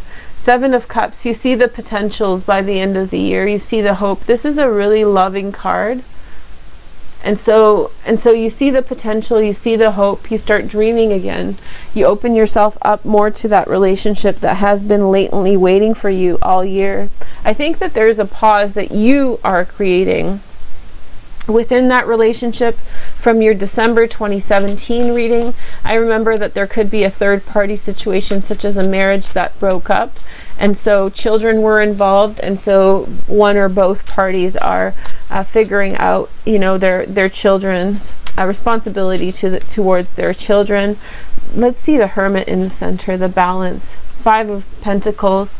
You're not going to put yourself or others in jeopardy for financial reasons. You're waiting for the time to be right to move forward with regard to things. You're not being haphazard financially. That's a really, really strong message, a good message. Let's see the Magician. The Magician is connected to the Chariot card in this case. Let's see here. We have the Ace of Pentacles. Yes, you're waiting for that new beginning. That new beginning comes to you probably in the latter part of the year when the North Node moves into Cancer in your second house of money. That's when really things pick up. From the 6th, the true node moves into Cancer on the 6th of November. The North Node moves in on the 16th. So those are two different ways of calculating a similar point. A point that means pretty much the same thing. Venus is retrograde between October 5th and November 16th. This is a time when you want to put the brakes on moving forward with things. Now Venus will be in Scorpio, this is Venus in Scorpio, by the way, this card, Seven of Cups. Venus will be in Scorpio in, let's see, I'm looking at your chart to the side, sorry.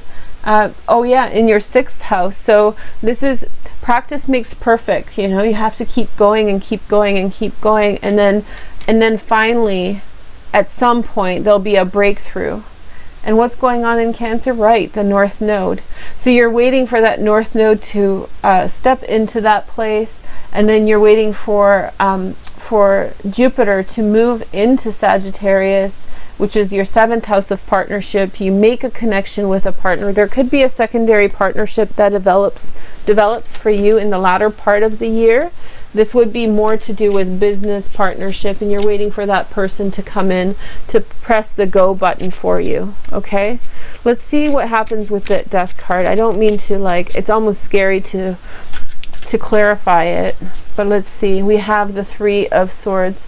So it may not be an actual it may not be an actual death. It could be a heartbreak associated with a relationship. For some of you, I'm sorry to say, you may realize that you can't have children, and that will be the heartbreak that you experience. Or maybe there'll be a separation definitely if you have a wife, then there will be a separation, Gemini, from her. So if the feminine energy, if your partner is a female, then there's a real high chance of a sudden separation or breakup. But it's long-term coming, and you can't hold on to the past. The essence of that person is no longer there, even though you spiritually want to believe and be there for them. Maybe this is an aspect of yourself you can't put, if you're the woman in the relationship, or if you're a woman in a relationship, then maybe you can't put any more of yourself into that relationship, and that part of you dies. The generous, gregarious, you'll find it again by the latter part of the year. We're talking about the past a little bit. There's still real good understanding. There's still forward thinking between you and your partner, but in a big way there's a break on things. And I think that something's already started for you by December 2017. Maybe not directly, but slowly and surely. Let's clarify that Strength card. What is the decision that you're going to make in this time that will push you forward in a new direction here? I picked just by hand. It doesn't matter to me. We have the Death card. You make the active choice to change, to not be a victim, to free yourself from victimhood. Now, I mean, I'm supportive of all people who experience victimization, and I feel like we misconstrue what it means to be a victim. And so oftentimes people blame victims, and then they doubly victimize people who have suffered. But I think that to speak to that, when it's time, when you feel ready to move past the hurt where life has left you, etc., you will I'm channeling, sorry.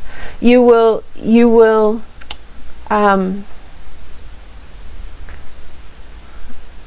be the only one who can make that final choice to break forward and move forward from whatever circumstances. You are going to have emotional support to move away from things that were just not happening, things that had for whatever reason stopped happening.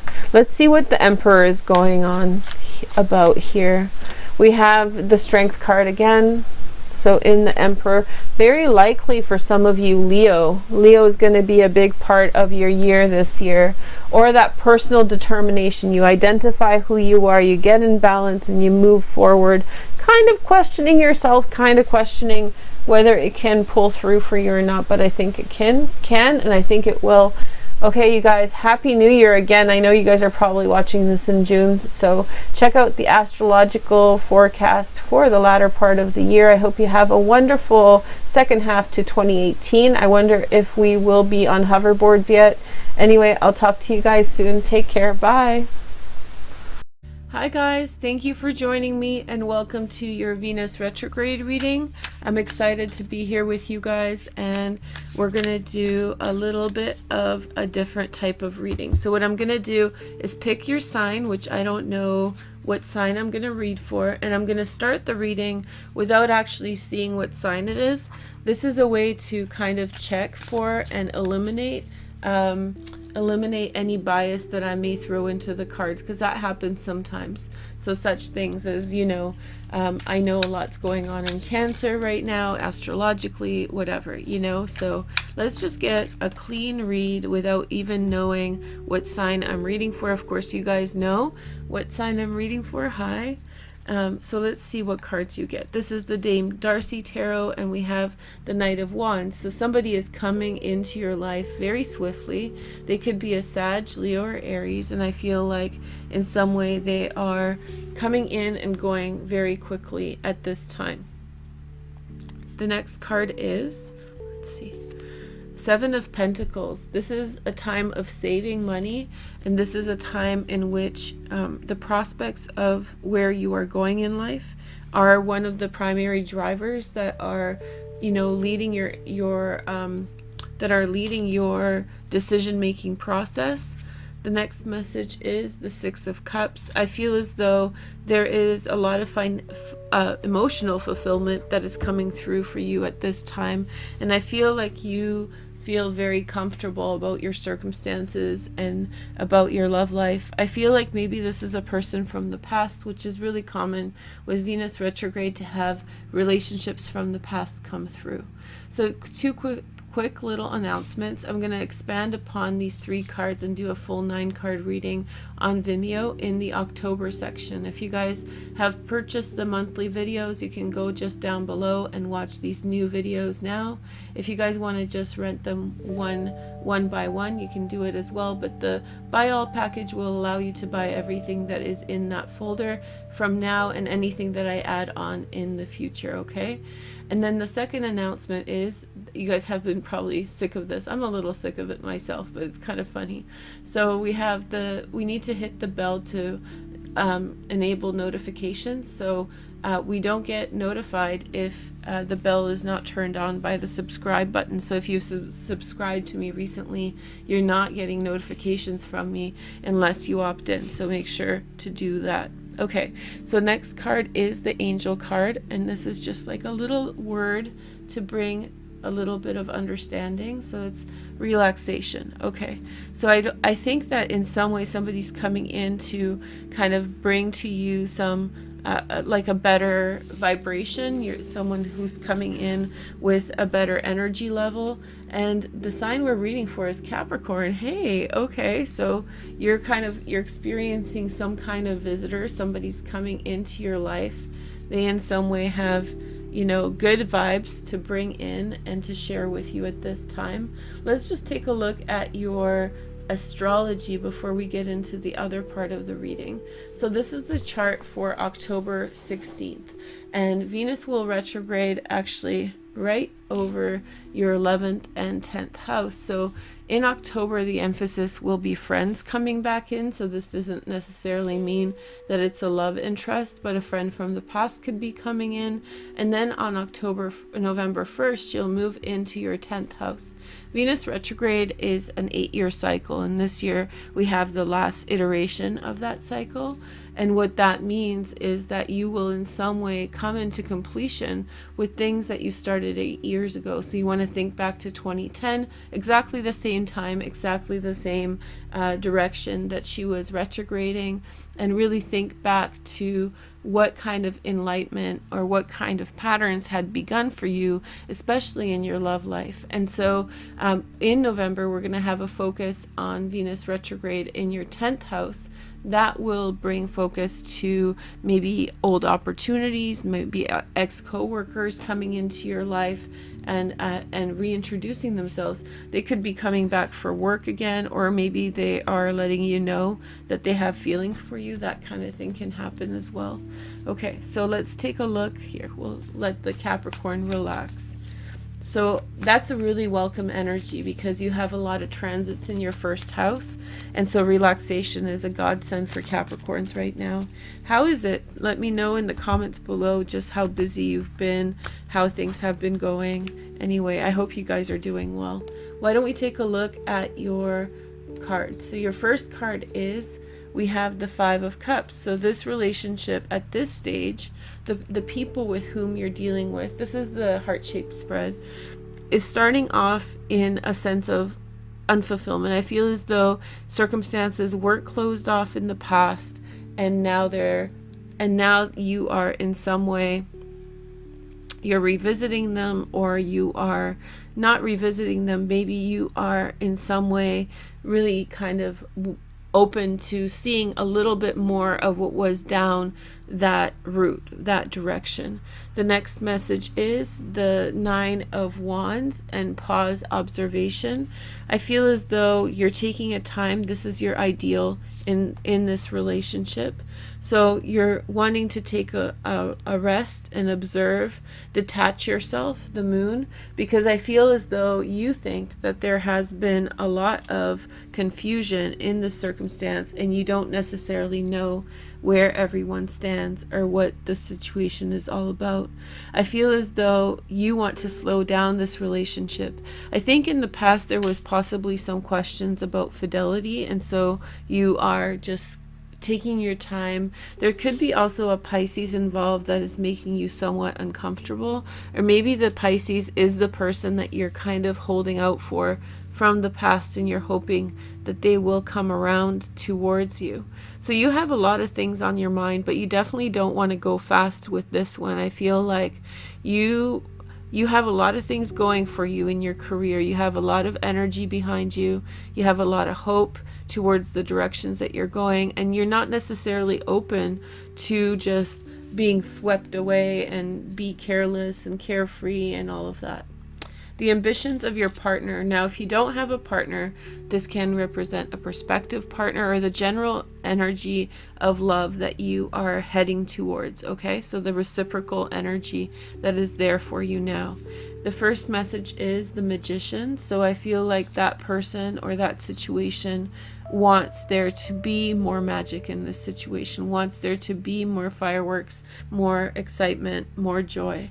The next message is the Chariot, and I feel like this situation wants to have overcome things of the past, overcome the unmet expectations, and move forward in a better way. I think that this person or this situation is already there. They have forgiven the past, they've really let it go, and now they're embracing a new direction with you, or a new direction forward. And I think that they're excited about it, and I think that in some way they're really hoping that it works out in the best possible way.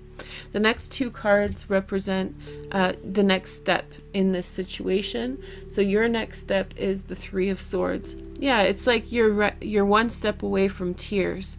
And you know that feeling where you go through your day for however long, and then you feel the tears are just behind your eyes, and you're waiting for that to break through, to release, and to kind of confront whatever it is that is kind of numb feeling. I don't know if you guys know this, but when you are experiencing numb pain in your body, that can be actually more dangerous than acute pain. So numbing pain within your body can signify that there is this sort of there's a deeper problem, and so what that leads to is that you can in some way either ignore the situation, or you can ignore the situation or not pay attention to it in the way that it deserves to have attention drawn to it, right?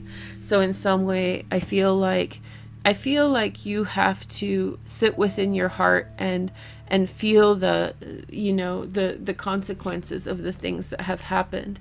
The next message is follow your dreams, which is the Ace of Wands. So your partner is going to in some way try to initiate towards you through this Venus retrograde period. Remember, because Venus is starting off in your 11th house of friendship, this connection could be to do with a friend. So maybe one of you or both of you in some way want a relationship but have never come together. So I feel like there's going to be an initiation. I feel like somebody's coming to terms with their feelings and they're ready to move forward in a deeper capacity. Two clarifying cards for you represent advice cards, what to do in this circumstance. So first one is Eight of Cups, contemplation. There's nothing wrong with kind of staying in bed for a while and thinking about the things that you want to do, the direction that you want to go. It's okay to take time out when you need it. It's okay to, in some way, really give yourself an opportunity to consider the things that are being offered. Just because these cards are so happy and so boastful and wonderful doesn't mean that you have to go in that direction. This is a fire sign. You're an earth sign, Capricorn. So this is a person who will come and go all the time anyway. It doesn't mean that they're dealing with someone else as well. No, they'll just have that personality of being somewhat transitory. And so I feel like you need to really contemplate whether or not this is what you want. Okay, so I think that that's an important message. And the second one is cheer up a little bit. I know that you're probably dealing with a lot. I know that you probably have a lot of mixed feelings and emotions about a situation. I feel like maybe some things were said that you feel bad about, and I think that you need to decompress, and it shows as though you need to decompress quite a bit and really let go of some of the emotions associated with this circumstance. The next advice card is dreams of change. So this is advice for your partner or the situation. So I think that your partner or the situation really needs to mind their business. That's what came to mind. Not only mind their business, but also be patient with whatever's coming for them. I think that there's good outcomes for them regardless. I think they are a good person, and I think that they do really want what's best for you. They want to put positivity into the situation. They're not looking to split hairs, but I think that what they need to realize is that you need to really come to it on your own terms. You really need to kind of consolidate those feelings on your own. The second advice card is the Nine of Cups. They need to maintain the belief that you're going to make the right decision, which is the decision to be together. This could be a soulmate relationship, but I think it's one that's taking some time to work out and come together. Here is the last card. The final outcome is the Ace of Swords. So we have communication. There will be ultimately a communication that comes through that will clarify everything. Probably in November there will be some clear communication, or by November there will be clear communication when you are ready, when you have healed your emotions about a situation. There's going to be some kind of clear directive that comes through and says, okay, this is what we're dealing with, now what, you know?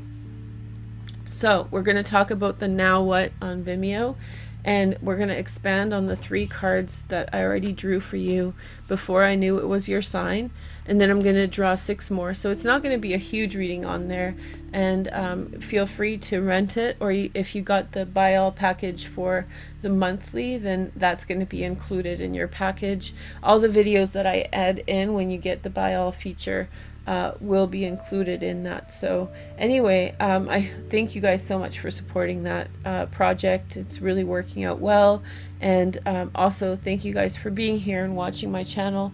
For everybody else, please comment and subscribe. Thank you guys so much for being here. Have a nice day. Take care. Bye.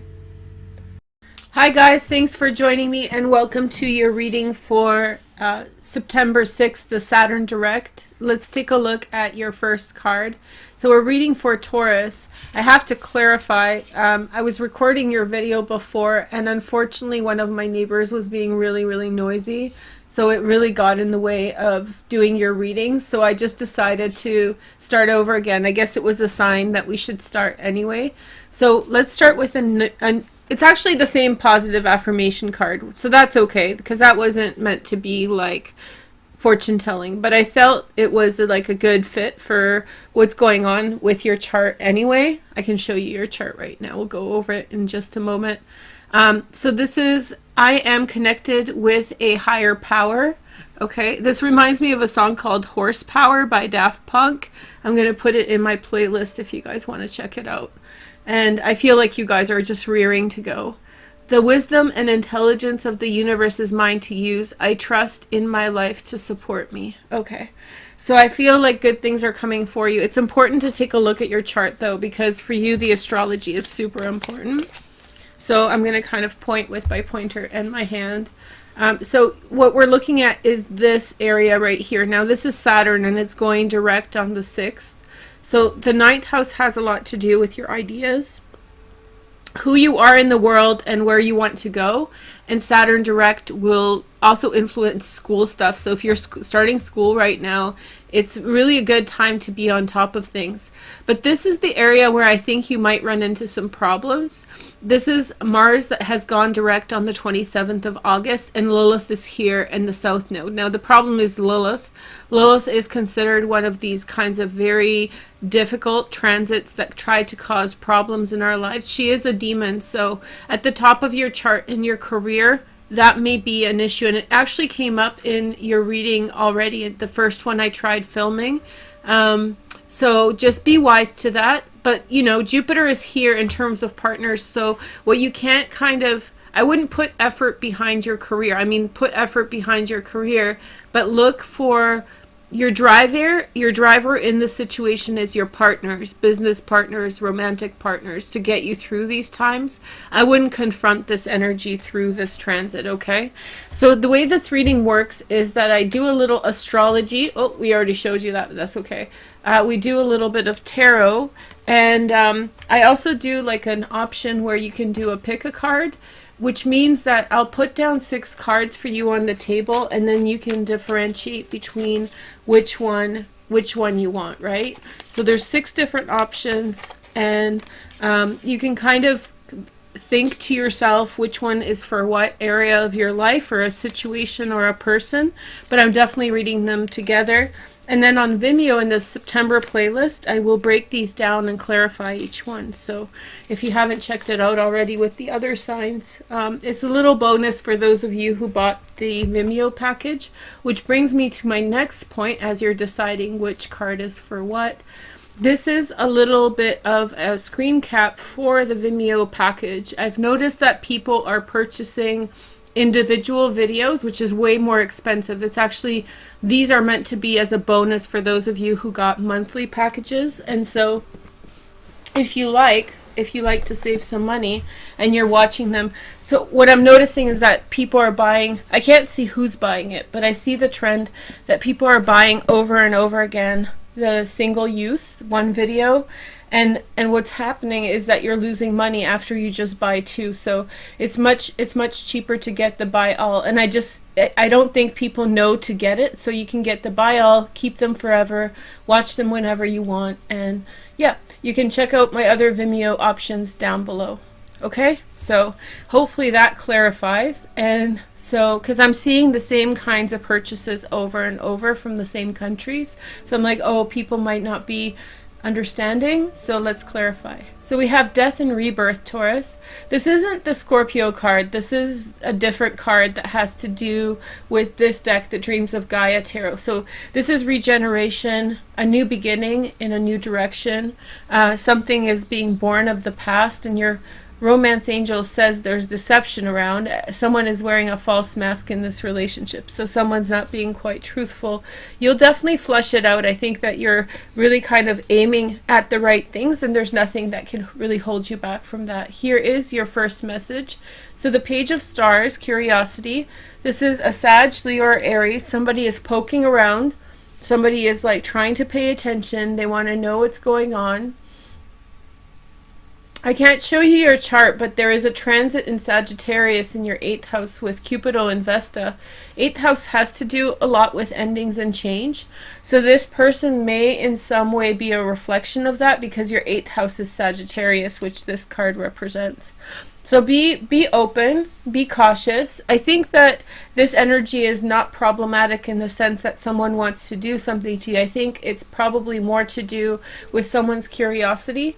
But just like a domino effect, their behavior can lead to change and transformation and instability for you with regard to work or school. And especially school, you need to be very, very careful. I would suggest that you kind of cut yourself off from things that are going on around you, and really focus on school right at the beginning. You don't want to get into social drama, that kind of thing. And I don't think it's malicious, but I feel like maybe it's careless, right? And you don't want to get caught up in that. 9 of Hearts, this is your wishes, desire, stability. The 9 of Cups, I feel like in some way there could be a lot of emotional offers on the table, like people could be conveying to you that they love you, or, you know, love what you're about. Really get to the bottom of things at this time. This isn't a time for you to throw caution into the wind. It's a wonderful transit that you'll really enjoy, because it's a lot going on in Capricorn and Virgo, which is really stable for you as they're earth signs just like you.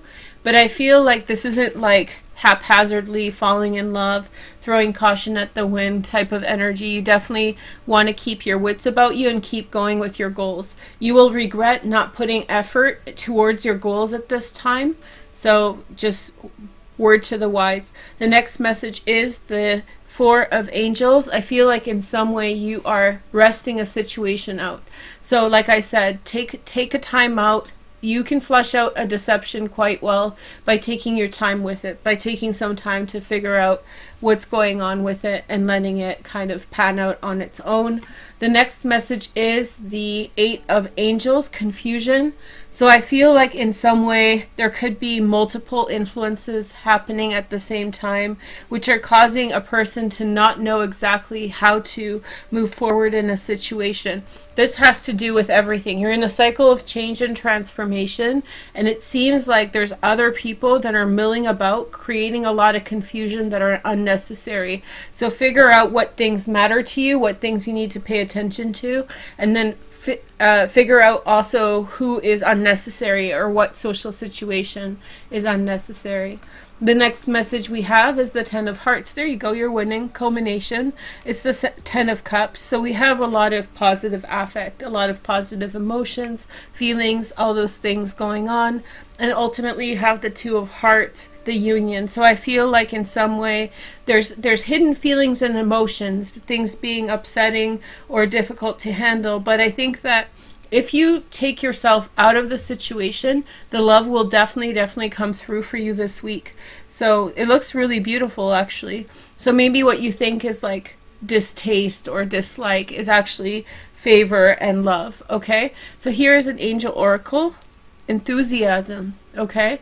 So you need some rest in order to express this at the appropriate time. I think you're coming together with someone, and I think it's going to be a good relationship. But I think in the meantime, there's still the things that need to flush out, either egos or aspirations, whatever it is. You're dealing with a lot of energy in a very public area of your life.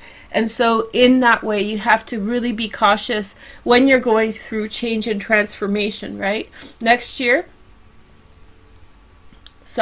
Jupiter is going to be in Sagittarius, which is your area of endings and closure. That's the 8th house. And so you're going to have a whole year of positive transformation. So you're probably already feeling that. So in some way you should probably align yourself with the things that you actually really want to keep still, and then so you can change everything else around you next year. So that's how I would plan for that. Anyway, I hope you guys enjoy. I'm going to break down each of these videos on Vimeo with 3 card clarifiers, and then I'm going to do a 3 card Lenormand spread to finish everything up. I hope you guys are doing well. Thank you guys so much for watching. Have a wonderful Saturn direct, and eye on the prize. Bye. Hey guys, thanks for joining me, and welcome to your reading for the new moon in Sagittarius. So it's the Sagittarius portal. Hey girl, hey.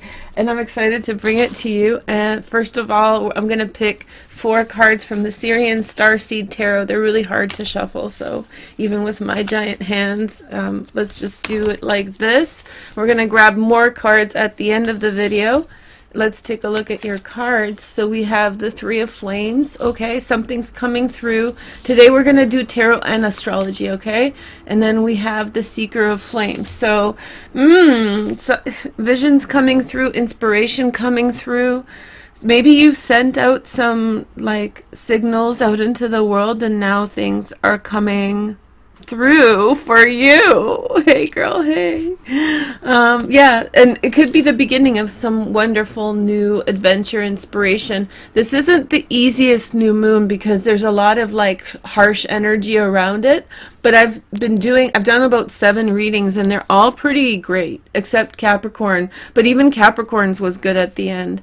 So hi Aries, how are you doing? Yeah, all this fire in the fire signs, that makes sense. Let's take a look at your chart. It's ready to go. So look at this. I always start with Aries, so I don't need to change it. Anyway, so the new moon is happening in your 9th house. Jupiter's here. So this is big ideas, you know. Pay attention to your ideas this week, this month. You can watch these videos for the whole month. What this new moon video really means is that it clarifies for you exactly what's starting in the month of December, you know, like what is the thing. Sometimes we have 2, it's very rare, but Anyway, so yeah, so what is starting for you in November? And it's something in your career and your ideas. If you're in school, wow, watch out for Aries, Sun, Moon, and Rising. You guys are going to be doing really, really well. And this is in a small aspect to Vesta in the 11th house. And what that means is that is actually a semi-square to Vesta with Altair, the fixed star. You've probably heard me talk about it.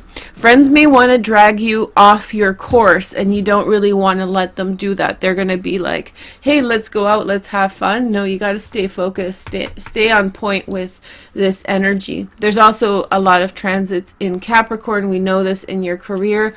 That's not interacting so heavily with the moon and the sun and Jupiter. Mercury is stationed, as you can see, end of Mercury retrograde. Here we go. And then Venus is moved into Scorpio in your 8th house. So this will be a seductive time as well. And also on a semi-square to the new moon. So maybe seduction, but not necessarily easy flowing, easy breezy, beautiful, you know, cover girl and stuff. You have a lot of new, you're still working through, the catharsis of Uranus in Aries. This is the last few months you're going to see this in your lifetime. And I really suggest that whatever lessons you have been dealt over the last 7 years, the lessons will be kind of reminded to you over the next month or so as Uranus finishes up its last degree of Aries transit. Right now it's in opposition to Venus, so that means that there's a little bit of a tug pull between these two planets. Venus does not get along with Uranus very well. So it's because they're both very personalities, let's just put it that way. So Uranus is doing really well with the sun, right? That's a trine, and that's a trine from your position as well. So that's a really good energy. But with Venus, there could be some confusion with relationships. I think relationships will be deprioritized for you right now, and you should just kind of heed that. That doesn't mean that it's bad. It just means that understated, you know, like at this time through the first few weeks of December, of June, I was going to say, just take it on the low, you know. The other thing that I'll say is if you are dealing with someone with transits in Leo, or if you have transits in Leo, then you're starting to create this grand trine sort of thing going on here, which is a really, really good energy, and you're probably lit. So if you have like a moon in Leo, or if you have your sun in Leo and moon in Aries, then you're fire anyway, then boo, anyway. Okay, so let's begin. You're my first reading of the day, and I'm feeling really good. It's sunny in Vancouver. We've had so much sun this year. I know I said it was raining the other day, but like we've had and it's broken through, like all week's been pretty sunny. 9 of Cups, that's my wish. So yeah, I feel like something really big is coming up for you. I feel like you are breaking through, and there's this like new direction. Like things are good, Aries, like really, really good. Your wish is being fulfilled. I think that you shouldn't get all caught up in the emotional stuff. You know, the emotional stuff may come into conflict with your stuff, and just for the new moon, really double down on that. The emotional stuff is going to get addressed a couple times through. We have a trine between Venus and Mars now, and there's a little bit going on in Cancer. So if you have anything in Cancer, just in a week or so, that's going to be lit. And then in January, we're going to have Venus and Aries and Leo trines in fire. So you're going to have an amazing, just a heads up, you're going to have an amazing January, and it's so dynamic, so exciting. So the party's just beginning. That's what I'm going to call your reading. The party's just beginning, you guys. Here we go. We have 8 of Crystals. That's the Virgo in your life, the sun in Virgo. This is Jupiter in Pisces. Okay, so sun in Virgo, hard work paying off. Aries works so hard. You guys are such hard workers. You just tunnel vision through things, you know. Here is the next message. We have the tunnel. Let's just call it the tunnel. The Tower. And we have the Ace of Flames. So something breaks down. Maybe you quit your job, but if you're quitting your job, it's on your terms. This is not to do with like This is not to do with getting fired or something. I think you see something better, and I think that something breaks down, and I think you'll have a new breakthrough, a breakdown through a breakthrough, you know? And then we have the Two of, girl. I didn't know. I didn't know. I'm so happy for you. Oh my God. Aries. Here we go. I'm telling you. I'm telling you. So the tower, right? So the tower represents love at first sight. And there's the Virgo in your life. Hey girl, hey. You know? So it doesn't have to be a Virgo. I'm just teasing. Whenever I see this card, I'm like, Sun in Virgo. That's like my sign. Anyway, so yeah, so breakthrough, breakdown, and a breakthrough. Breakdown like of the ego, right? Humility and awareness. And then the Two of Cups is the love card. So if you don't have an idea of what I'm screeching about, or what I'm giggling about, it's that this is an amazing spread of love. It's an amazing spread of love. So there you go. I hope that brings you happiness. I hope you're smiling ear to ear. We're just about to play a game, so this is going to be an important one. So here we go. So we have Sakiel, which is the angel of the sky. This is the Angelarium Tarot, and I really, really like it. It's fun. So I feel it could be an air sign that you're falling for. Something's coming through to you from the sky. There's a breakthrough moment. Something that you've wanted to happen. You give something a chance, and it happens, and it happens big. Love's coming through. There could be some sexual fun. The Venus in the 8th house, right? But you're supposed to stay focused. See, this is my point exactly. You're supposed to stay focused, but how can you stay focused when love's coming into your life, right? Okay, so rock, paper, scissors today. And if you guys just put a question in your mind, if you win, give yourself like a condition. If I win, then I get what I want. If I win, then, you know, whatever. Okay, ready? So pause the video if you're not ready. We're going to rock, paper, scissors out of here. So we have one, and you have to have watched the whole video in order to play this and make it work, okay? If you haven't watched the whole video, then you're SOL. Okay, 1, 2, 3. Okay, so there you go. I hope you got whatever it is that you want, and have a wonderful new moon. I'm beaming for you, Aries. So happy for you. Take care. Bye. Hi Aquarius, thank you for joining me, and welcome to this reading for September. I'm excited to be here with you guys to show you guys the different spreads in the astrology. This is the spread from Vimeo. You guys can rent it down below. I don't use Patreon, so you guys can support me by renting that video there. We'll just explain the court cards today here so you get familiar with what's going on. I also have free videos for soulmate compatibility for September and October, as well as a dedicated video for the transit in Capricorn, which is your 12th house. So that is in your playlist, Varouche Aquarius. You can hashtag it.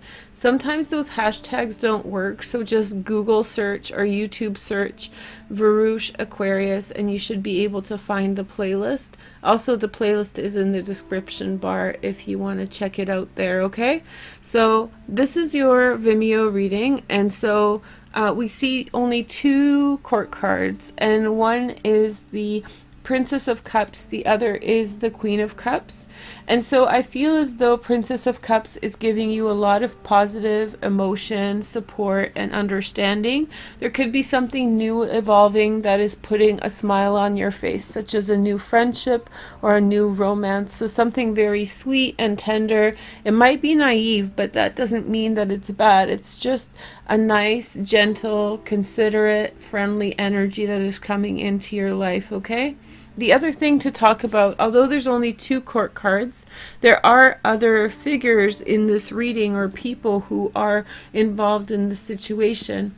It's important to note that if you are dealing with a man, or a strong masculine figure, then this person could be your soulmate. So there is very much some kind of presence to do with soulmate energy and love and all of that.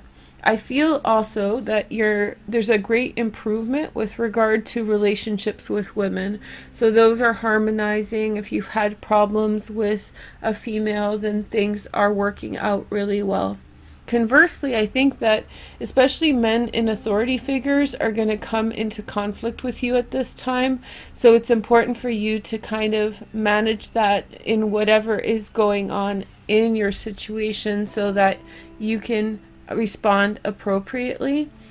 Finally, there is the Hermit here. And in this position, this is a person who's going to be bringing you a lot of positivity and good luck. This would be a really close person for you, somebody who is coming in to bring you something with kindness and some kind of consideration. This is a person who could be helping you change your path in life. Those kinds of things are a part of this position as well. Finally, at the end of the month is the Queen of Cups. So this is the only other court card. She's a Pisces, Cancer, or Scorpio.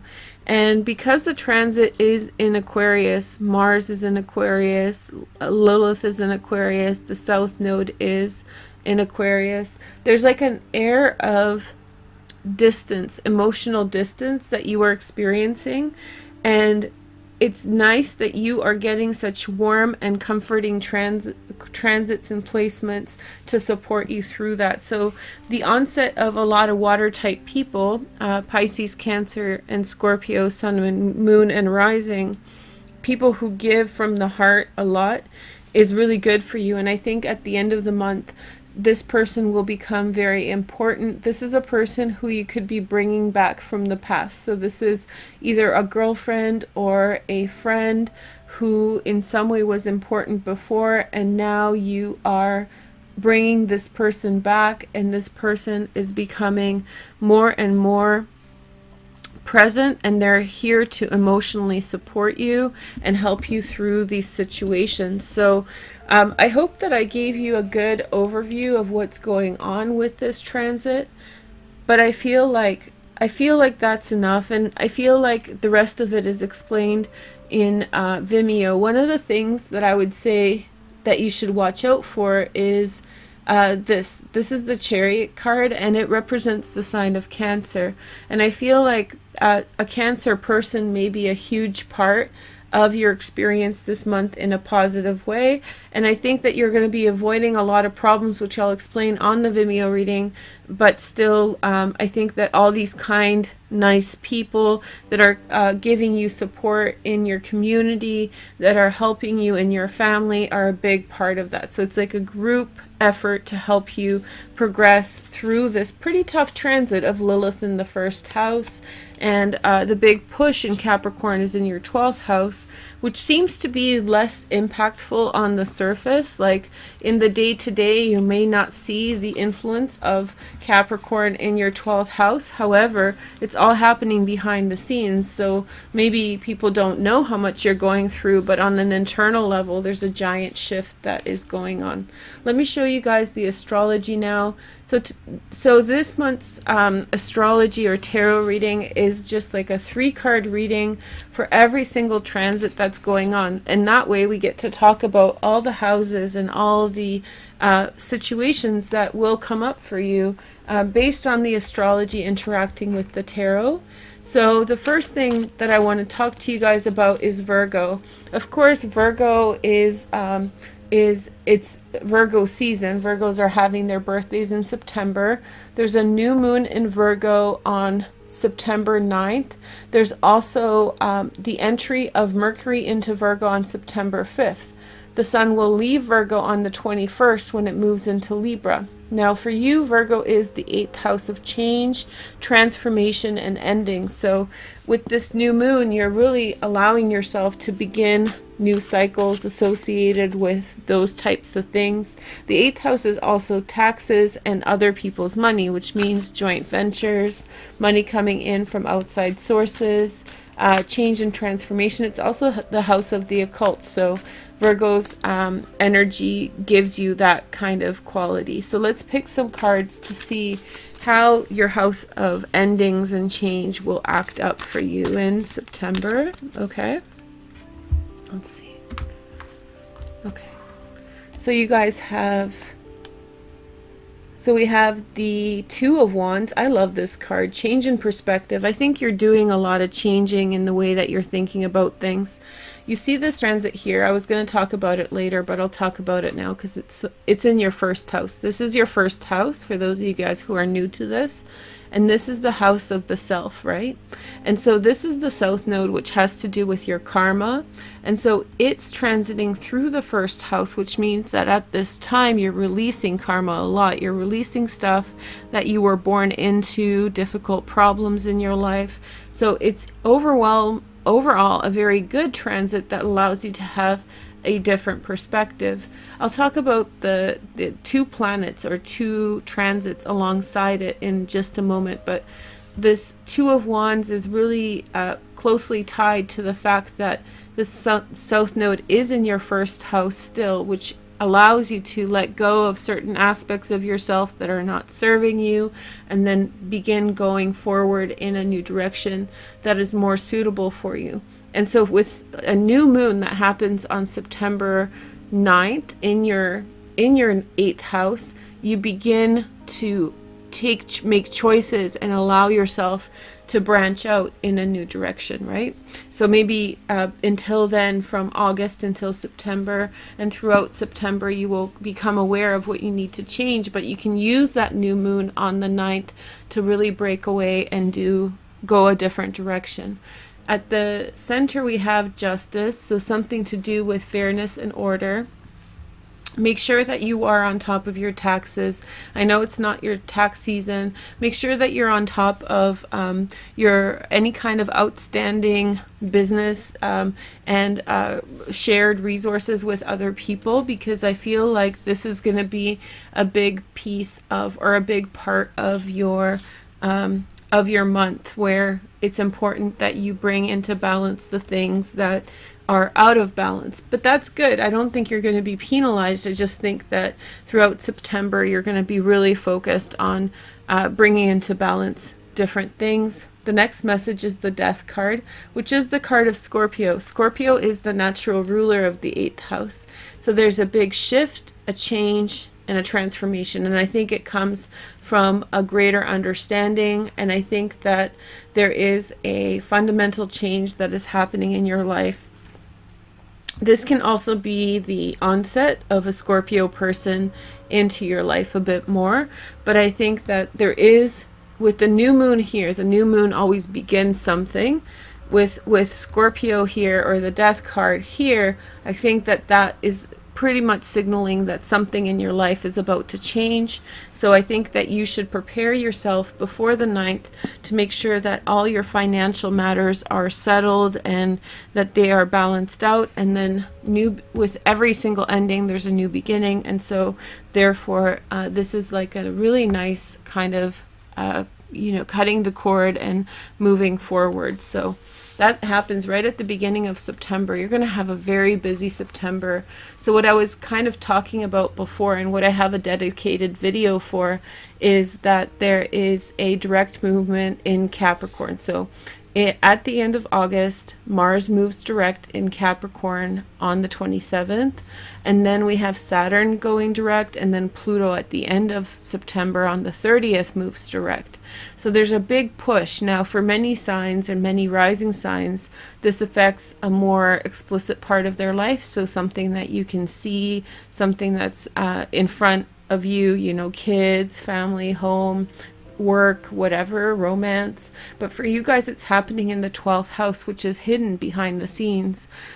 There's a paradigm shift that's pushing forward for Aquarius, and I think that it's the first step in the transition of Pluto from Capricorn into Aquarius. It's this edging forward of the energy. As Pluto shifts into Aquarius, we're much more into the age of Aquarius. We're much more into this big seismic shift that is going to shift the energy and the consciousness of the world from the physical into the more mental and cognitive area of life. So we see that a little bit here with all these transits in Aquarius. I'll talk about them more in just a moment. But the big shift happens actually throughout September. What will happen for you in kind of like plain language, is that most likely you will experience some kind of awareness growth. This could happen through your dreams or through communication with other people that brings your awareness to how you need to change things and which way you need to go. So it's a really, really nice transit that's bringing consciousness to the things that are happening around you. The best thing you can do is pay attention, and the worst thing you can do is ignore, because it's really an informative transit for you. It's one that is going to teach you what to pay attention to, and you're going to use that the most from 2025 forward. I know 2025, it's so many years from now, but this is really your learning opportunity. Everything that you learn here, you will apply when Pluto moves into Aquarius. That's going to be an amazing time for all of us. So I hope that you pay attention this month and see, even write down things, keep a journal, maybe even daily, even things that you don't think matter, just write them down in some way. Okay? So we're going to take a look deeper now. Hey girl, hey. Let's see. So you have the Queen of Pentacles in the past, a Virgo, Taurus, or Capricorn. This can also represent the divine feminine energy coming through Earth right here. So this could have to do with, you know, bounty, physical creation, those kinds of things, personal boundaries. All of those issues could have come up in the past, and in some way you're releasing them now. The next card is the Four of Cups. So I think that there's some kind of offer that is being given to you. Now that's going to be different for everybody. Some people it's going to be like on the psychic plane. Sometimes for some it's going to be emotional. For others it's going to be like an actual invitation to do something. But I think it's going to be rather unexpected. I don't think that you will be expecting it. You might be actually thinking about another situation. Now, in some way, you might be thinking about a infidelity situation that has somehow affected you, and maybe you've been preoccupied trying to figure out if there was infidelity in a previous situation.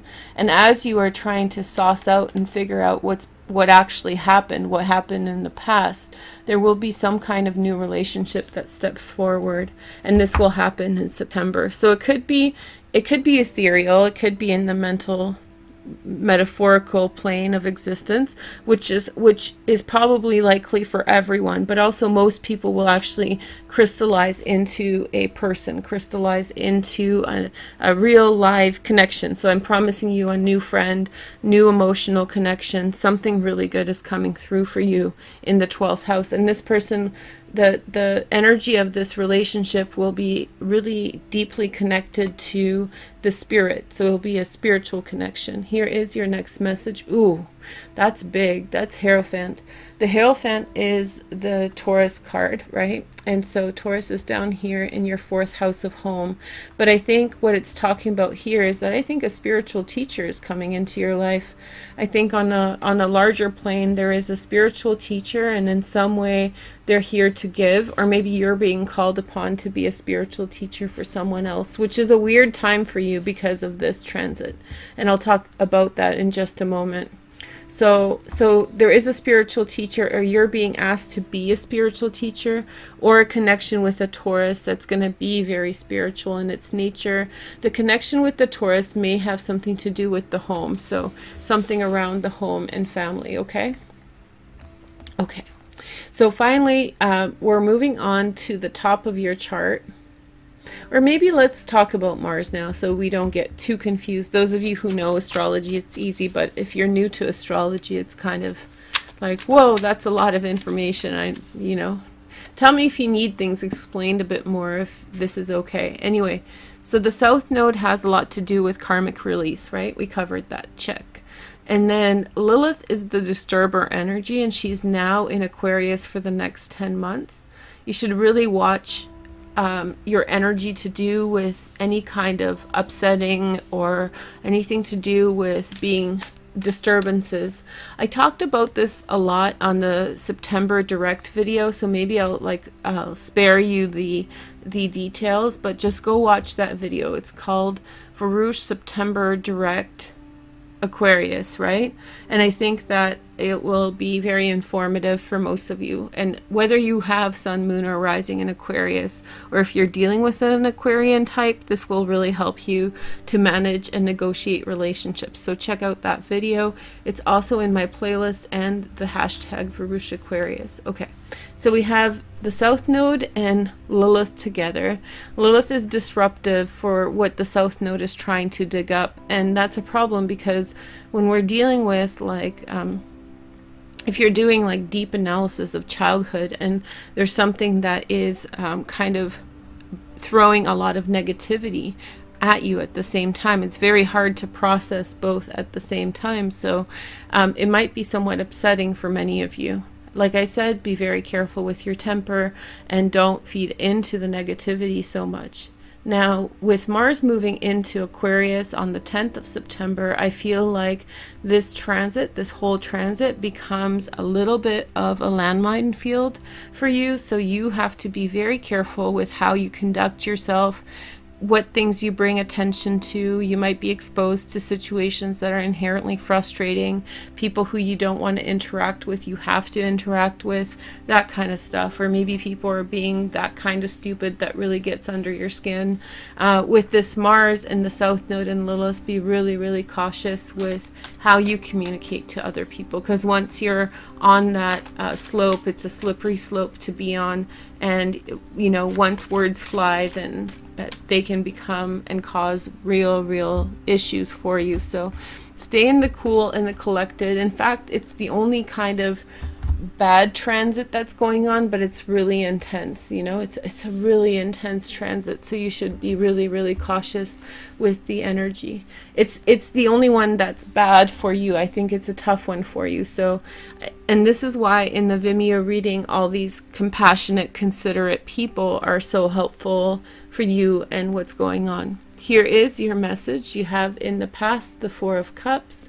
So there was some kind of offer. Maybe there's some regret about missed opportunities that you're contemplating at this time. The next card is the Queen of Pentacles. Look how that reordered itself. This is a Virgo, Taurus, or Capricorn. So this could be something about drawing boundaries as well. So you're considering your boundaries a lot about what's fair and what's right and what's wrong and what is unfair. And this may have to do more with Mars and the South Node rather than Lilith. So this could be the part that you do want to entertain, the part that you do want to connect with, because it's teaching you about when it's right to draw a boundary and when you should really back off. The next card is the Hierophant. So this person is coming through both in the 12th house and the first house, and I feel like this person in some way is going to be integral to your time and your well-being this month.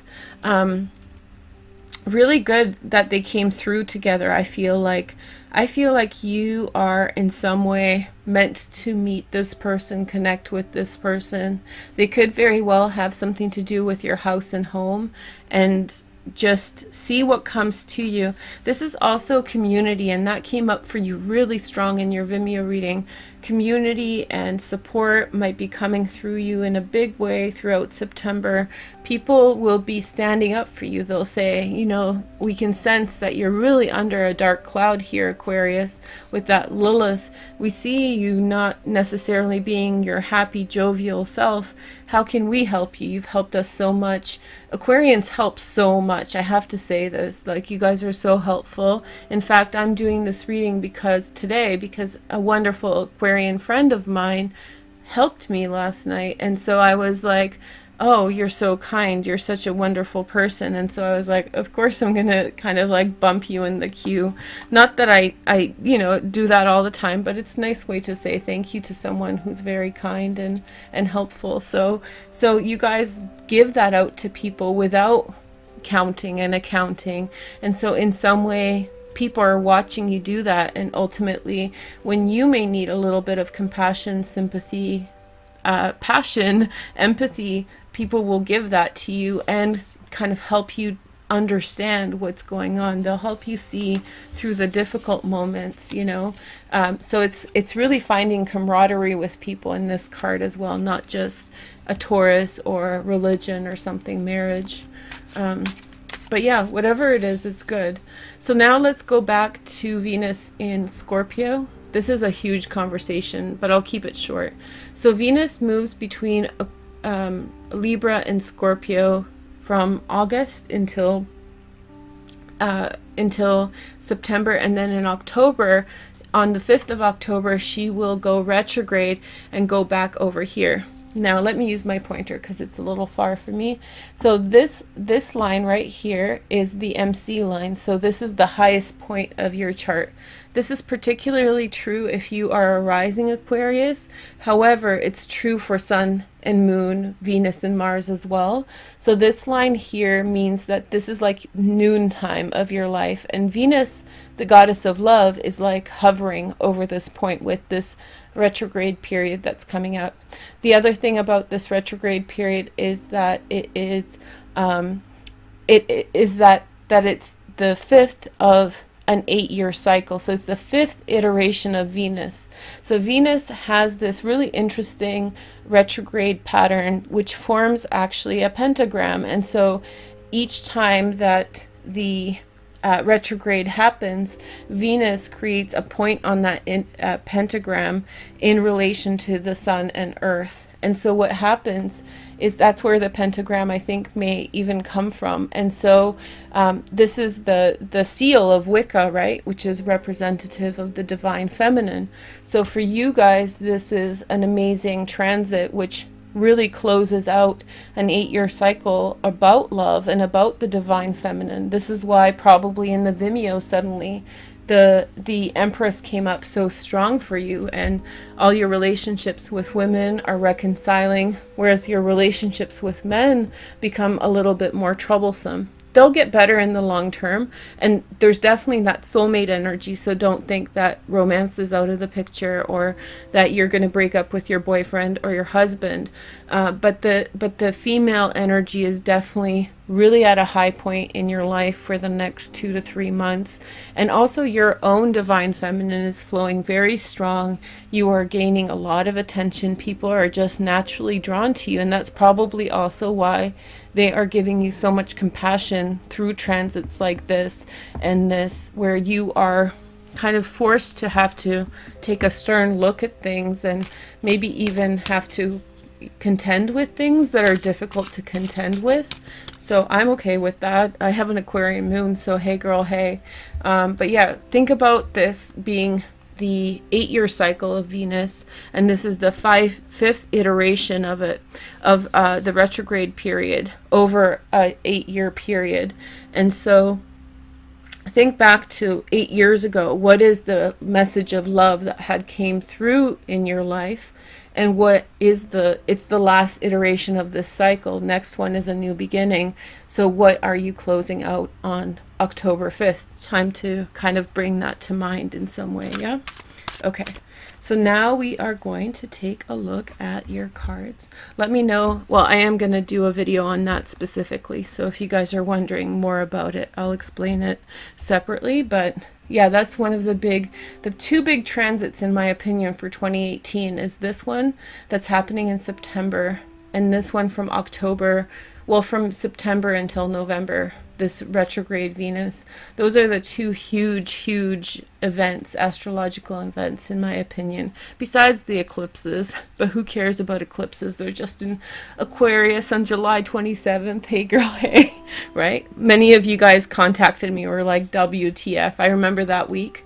People were like, rush order, rush order, rush order.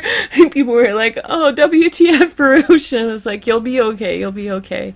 It was a big learning curve, and the difficulty part of that was that Lilith was coming into it. So not only were you learning deep lessons, but you were getting salt on your wounds. So it's like, it was tough. It was tough in a certain way, and that's the kind of energy you're still dealing with. But soon she'll be gone, and it's really important that you don't react to things. If you just keep chill, keep focused on the love that you're getting from other people, keep going in good directions, and don't let, you know, haters hate, that kind of thing.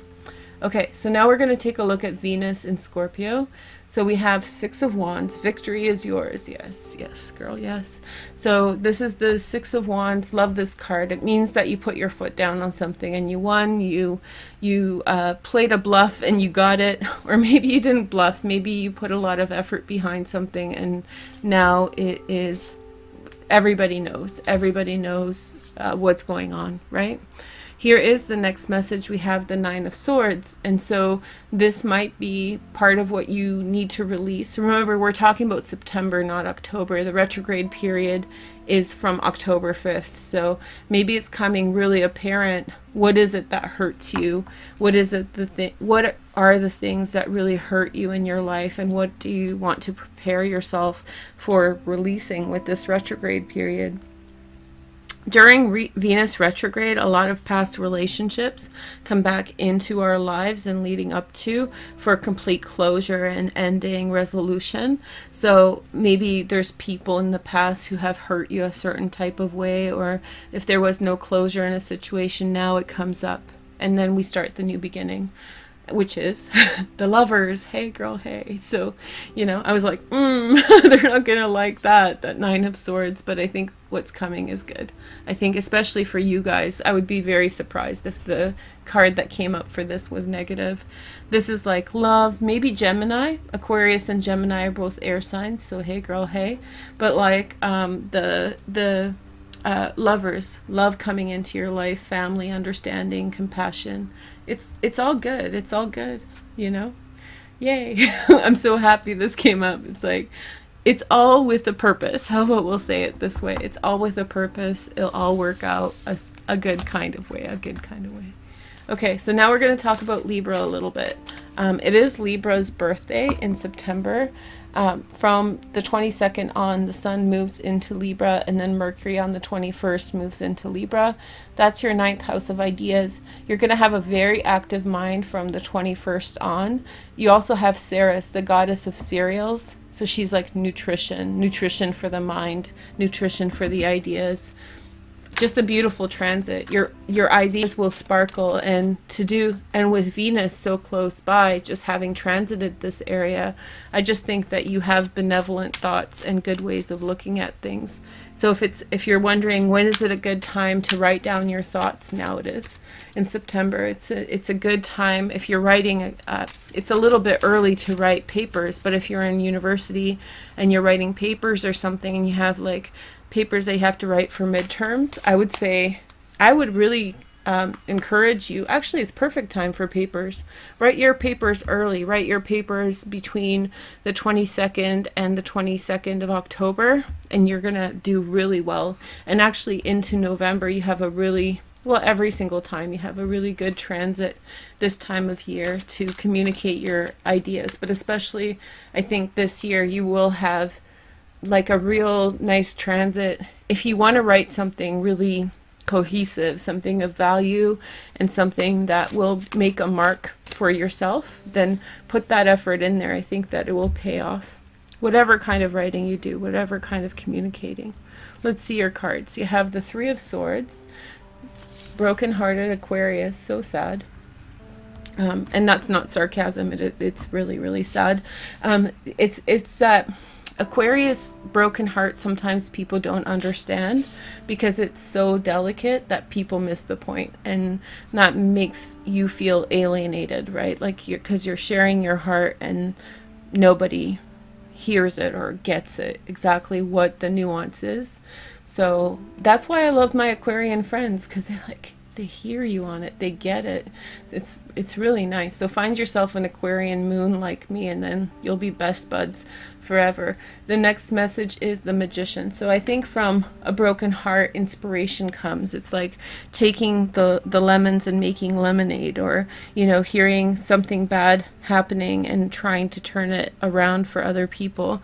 Whatever it is, it's like stepping in and putting light to it and bringing it to a good vibration. The next message is the Hermit. Hey girl, hey. That was a huge card for you in the Vimeo. So maybe Virgos? I mean, 8th house, right? We are the conduits of change for you, and change and transformation. But also in the ninth house, Virgo coming in and helping you to manifest and to create. Now, this doesn't have to be a Virgo. It could be anybody who kind of does their own thing. They're like a, you know, some kind of, I don't know how do you say it. They're like some kind of marches to the beat of their own drummer type person. So I feel like you're the magician. You have like a bit of a hermit around you, but they're very insightful and they have your back. And I think that from the lessons of the past, from the heartache of the past, you're moving forward and actually doing something nice for the world. So beautiful transit in your 9th house. Okay, so let's take a look finally at the full moon in Aries. So Aries is your 3rd house, more communication. Wow, I think you guys are going to communicate so much towards the end of the month. So full moon in Aries on the 24th of September, which is your 3rd house of communication. It's not only communication, it's like communicating everything that you're learning. It's a really kind of, it's a neat transit at the end. Let's take a look at what it has to say. Okay. So much to say to Aquarians. My Aquarian videos are usually the longest. Although on Vimeo, I think it's like the shortest one so far. Hey girl, hey. It's either the shortest or the longest, depending. But if it's the shortest, then I say everything really concretely and densely. Okay, we have the King of Swords in the past, a Gemini, Aquarius, or Libra. I think this is you thinking you had everything figured out. Like A, B, C, D, everything was figured out, crystal clear.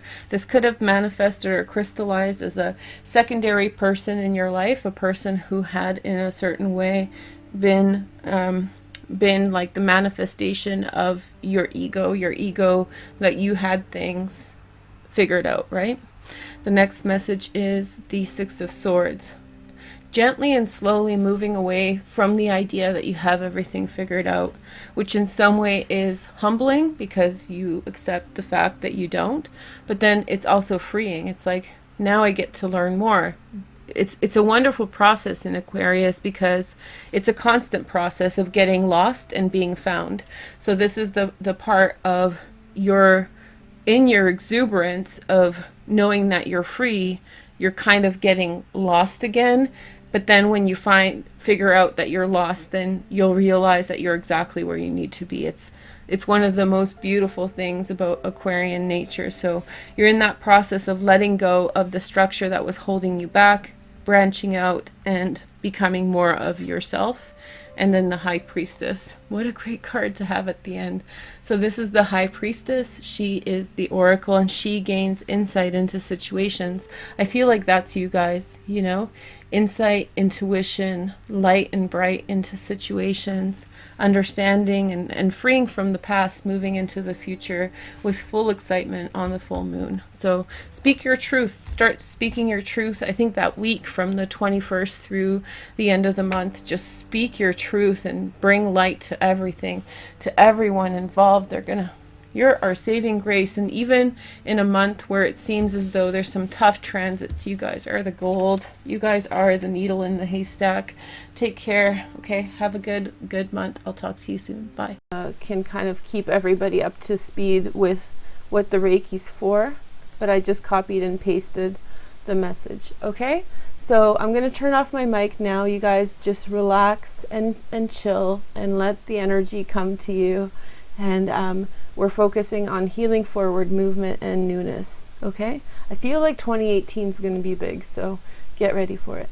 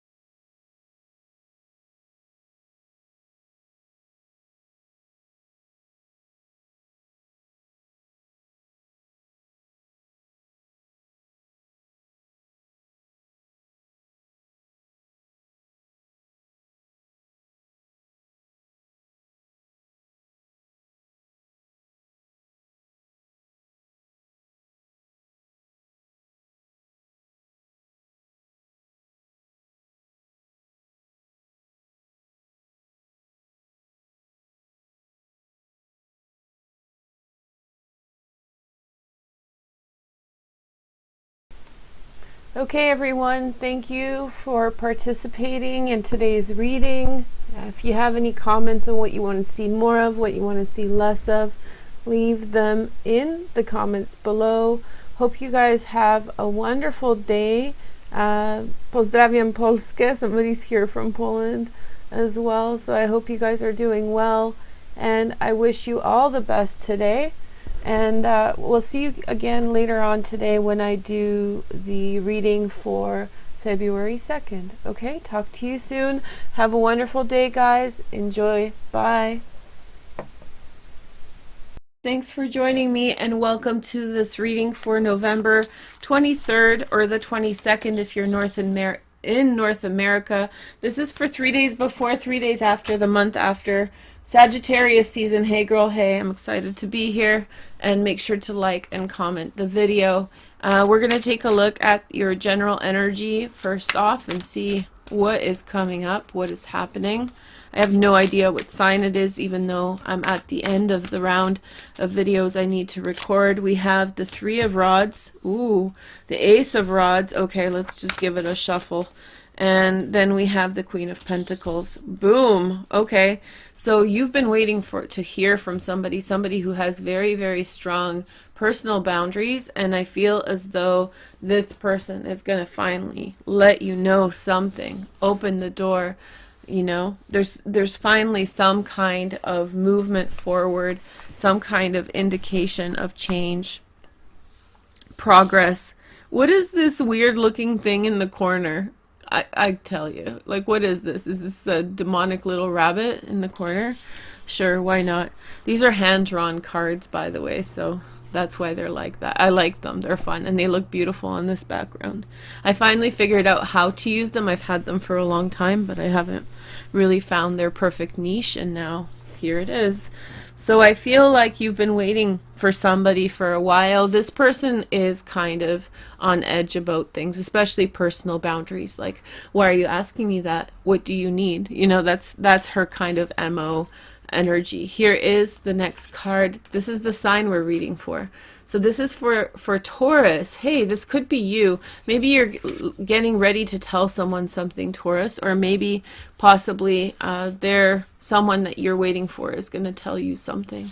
I feel it's romantic. I feel it's really romantic, Taurus. I feel, and your messages, by the way, since I know it's Taurus now, I have to say, you guys, like, a lot of people have been like, whoa, Tauruses have gone through a little bit of a bump in the road, but that's fine. You guys are taking it in stride. That's the thing about Taurus. You see the big picture, and I want you to keep on striving. So we're going back to the drawing board. The North Node is alongside your IC line. So this is the IC line, the space between the third and the fourth house. This represents the time of your youth, your early childhood, right? Here is the topmost chart, which is like your full maturation as an adult, and that's the South Node. So make sure to watch the North Node, South Node video in the playlist, Taurus playlist. I'm not sure if I did yours yet, but it'll come out in the next couple days anyway. But the North Node is with Cancer, right? Is now in Cancer for 16 months, going through your third house. This could be siblings, sibling energy, but this could also be, I don't feel it is. I feel like maybe this is a replica of sibling energy.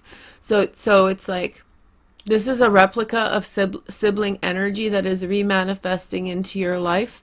As a relationship, Taurus, and this could be a man or a woman, but this could also be you finally. Now that I know it's you, this could be you letting them know, and they've been waiting for you. They've been waiting for you a long time, and I think that this has to do, the best way Tauruses are going to handle the next 16 months, and really the next 2 years, 2.5 years, is to have your flexible mindset. You have, Taurus is really good at high-level goals or long-term goals, right? So you guys have an idea of where things are going, and you follow through with them, right? Which is a wonderful, wonderful characteristic of your sign. And that flexibility in the mind, even though you're a fixed sign, is actually really good. So you have tunnel vision. Yeah, that's Taurus, right? Tunnel vision about the thing or the person or the situation that you truly want. You see nothing but. right? But you do have a flexibility of how to get there. It's the road that can go twisty turny whichever way, because you know you're going to get there ultimately anyway. And so I feel like the south node in Capricorn at this time is unpacking your mind to think even more clearly. Now that some of that unpacking, I call it unpacking, but technically what's going on is that you're releasing like patterns within your neuropathology, you know, neural pathways. The way that you're thinking about things is changing fundamentally, and some of that's going to be kind of shocking. You know, I'm having these thoughts, and where is this coming from? Hey girl, hey.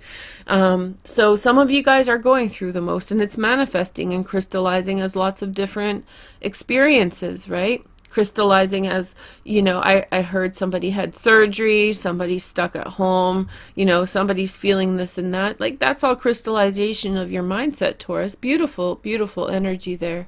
You know, be appreciative of the downtime. And a lot of it has to pause in your life also to set you back to the IC, to make you focus on your early childhood, to make you focus on the beginning of your life as well. But this isn't what we're talking about. I just talked about it more because I don't think I published the North Node Cancer, South Node Capricorn yet. What we're talking about is the full moon in Gemini. So this is Sun in Sagittarius, Moon in Gemini at 0 degrees in your second house. And it's funny, I just did Scorpio and they're opposite, right? So it was like the opposite way around. But a different message nonetheless. Although these two cards showed up in the Scorpio reading too, so that was wild. Okay, so we have the moon in the second house. So this is your lucky transit, right? Jupiter with the sun only once a year in Sagittarius, once a year, and this year in Sagittarius. Mercury retrograde. This is shared resources coming down to illuminate your own individual resources, right? So there's this kind of special aspect between all these 4 points that's called a mystic rectangle, which allows you to revisit all of these circumstances time and again until you just get it right. And it feels like you've been waiting for a while to just get it right with someone, and I feel like that is happening now, and I feel like that's illuminating your own karma, your own position with regard to your money. So if you've been doing good and you've been contributing to the group, and everything is going to reverberate back to you. Even if you're alone, you know, if you've been in harmony in this balance between others' wealth and your own wealth, that's going to produce a positive outcome. And Jupiter's going to be lucky nonetheless. And the nice thing is, if your karma's been a little screwed up, let's say that you've been taking more than giving, this is the time to correct yourself. Jupiter will help you correct it, not at a cost to anyone else and not at such a significant cost to you. So if there is a circumstance or a situation that you feel like,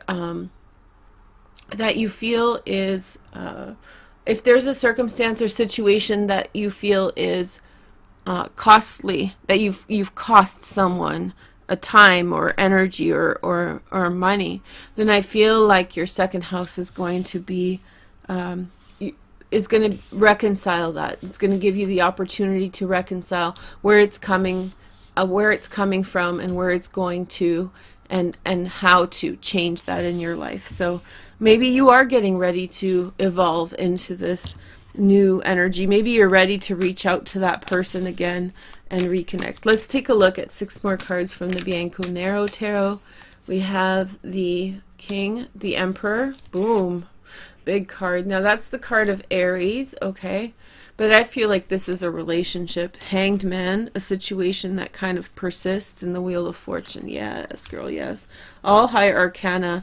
So I feel like, yeah, I feel like maybe you've had to wait a situation out. You've had to wait out a circumstance or situation, but now things are coming in that are helping to elevate it. Let's take a look at the next card. We have the 4 of Swords. So somebody is resting in a situation. I feel like, oh, okay, so you're the Queen of Pentacles and the Emperor is resting, waiting for his turn. And then we have the Eight of Rods, which is Mercury in Sag. Where's Mercury? Mercury in Sag right here. That's the Eight of Rods. And then we have the Nine of Cups, a good outcome. It feels as though there's been something that has happened between, on the bottom we have the World, which is travel. Okay, so it looks like, Taurus, it looks like something's happened between you and another person. This could be a significant other. For many of you, I feel it's relationship related. Here, let's take the World under my spotlight. and so I feel like you've been wading through a situation. I feel like the Queen of Pentacles is going to reach out. Now that could be you, or it could be the person you're dealing with. This could be a man. This could be a woman. It's fine. But the person is resting. So if you're, let's say, if you're a woman and you're wondering why he's not calling you, then I feel like he's resting and he's letting time kind of sort some of these aspects out. And I feel like he will communicate, you both will communicate. There'll be a little nudge. So like the Facebook pokes, right? Do you guys remember those? The Facebook, she pokes him like a little nudge, and then he starts communicating to her about whatever happened that caused this circumstance. And then when they actually connect, everything's going to flow very smoothly. You have Jupiter, right? Jupiter, everything's going to be much easier than what you had thought, and the outcome is going to be much more positive than you are expecting. But I don't think you're expecting anything negative. Nobody's expecting anything negative. I think that there is a question. She's having a question like why she's not hearing from the Emperor, and that's why she pokes him. That's why she's just like, yo buddy, what's up? But the only reason that she's not hearing from him is that he's got this Four of Swords. He needs to rest it out. Like she must have done something, or she really got under his skin and she really messed with his head, and he just needs that time to decompress. He's in the man cave. I forget the man cave. Yeah, the Emperor's in the man cave. And if you're the Emperor, then you're in your, if you're a woman and you're in your woman cave, but he's in the man cave and he's about to come out. And when he comes out, he's going to bring gifts. It's not going to be bad energy at all. In fact, Taurus, although maybe some of the things that you're going through are a little bit, under the weather, but overall your energy's still up and up. So just keep going with the process. Allow the transits to roll over you.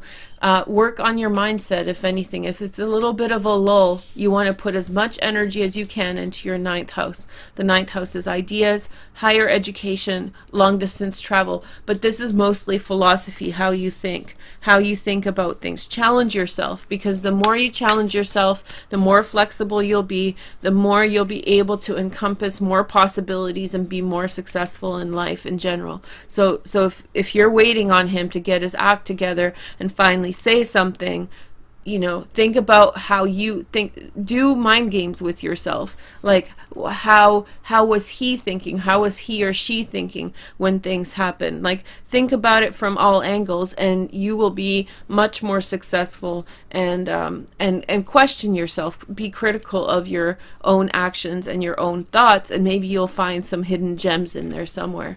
Here's your card. Okay, we have spend some quality time together. So yeah, that's where it's leading to. It's imperative that we spend quality time with those we are in significant relationships with, listening and talking to each other. Hey girl, hey. That's some nice energy for you, right? Sorry that I got a little translucent. So that moment's coming.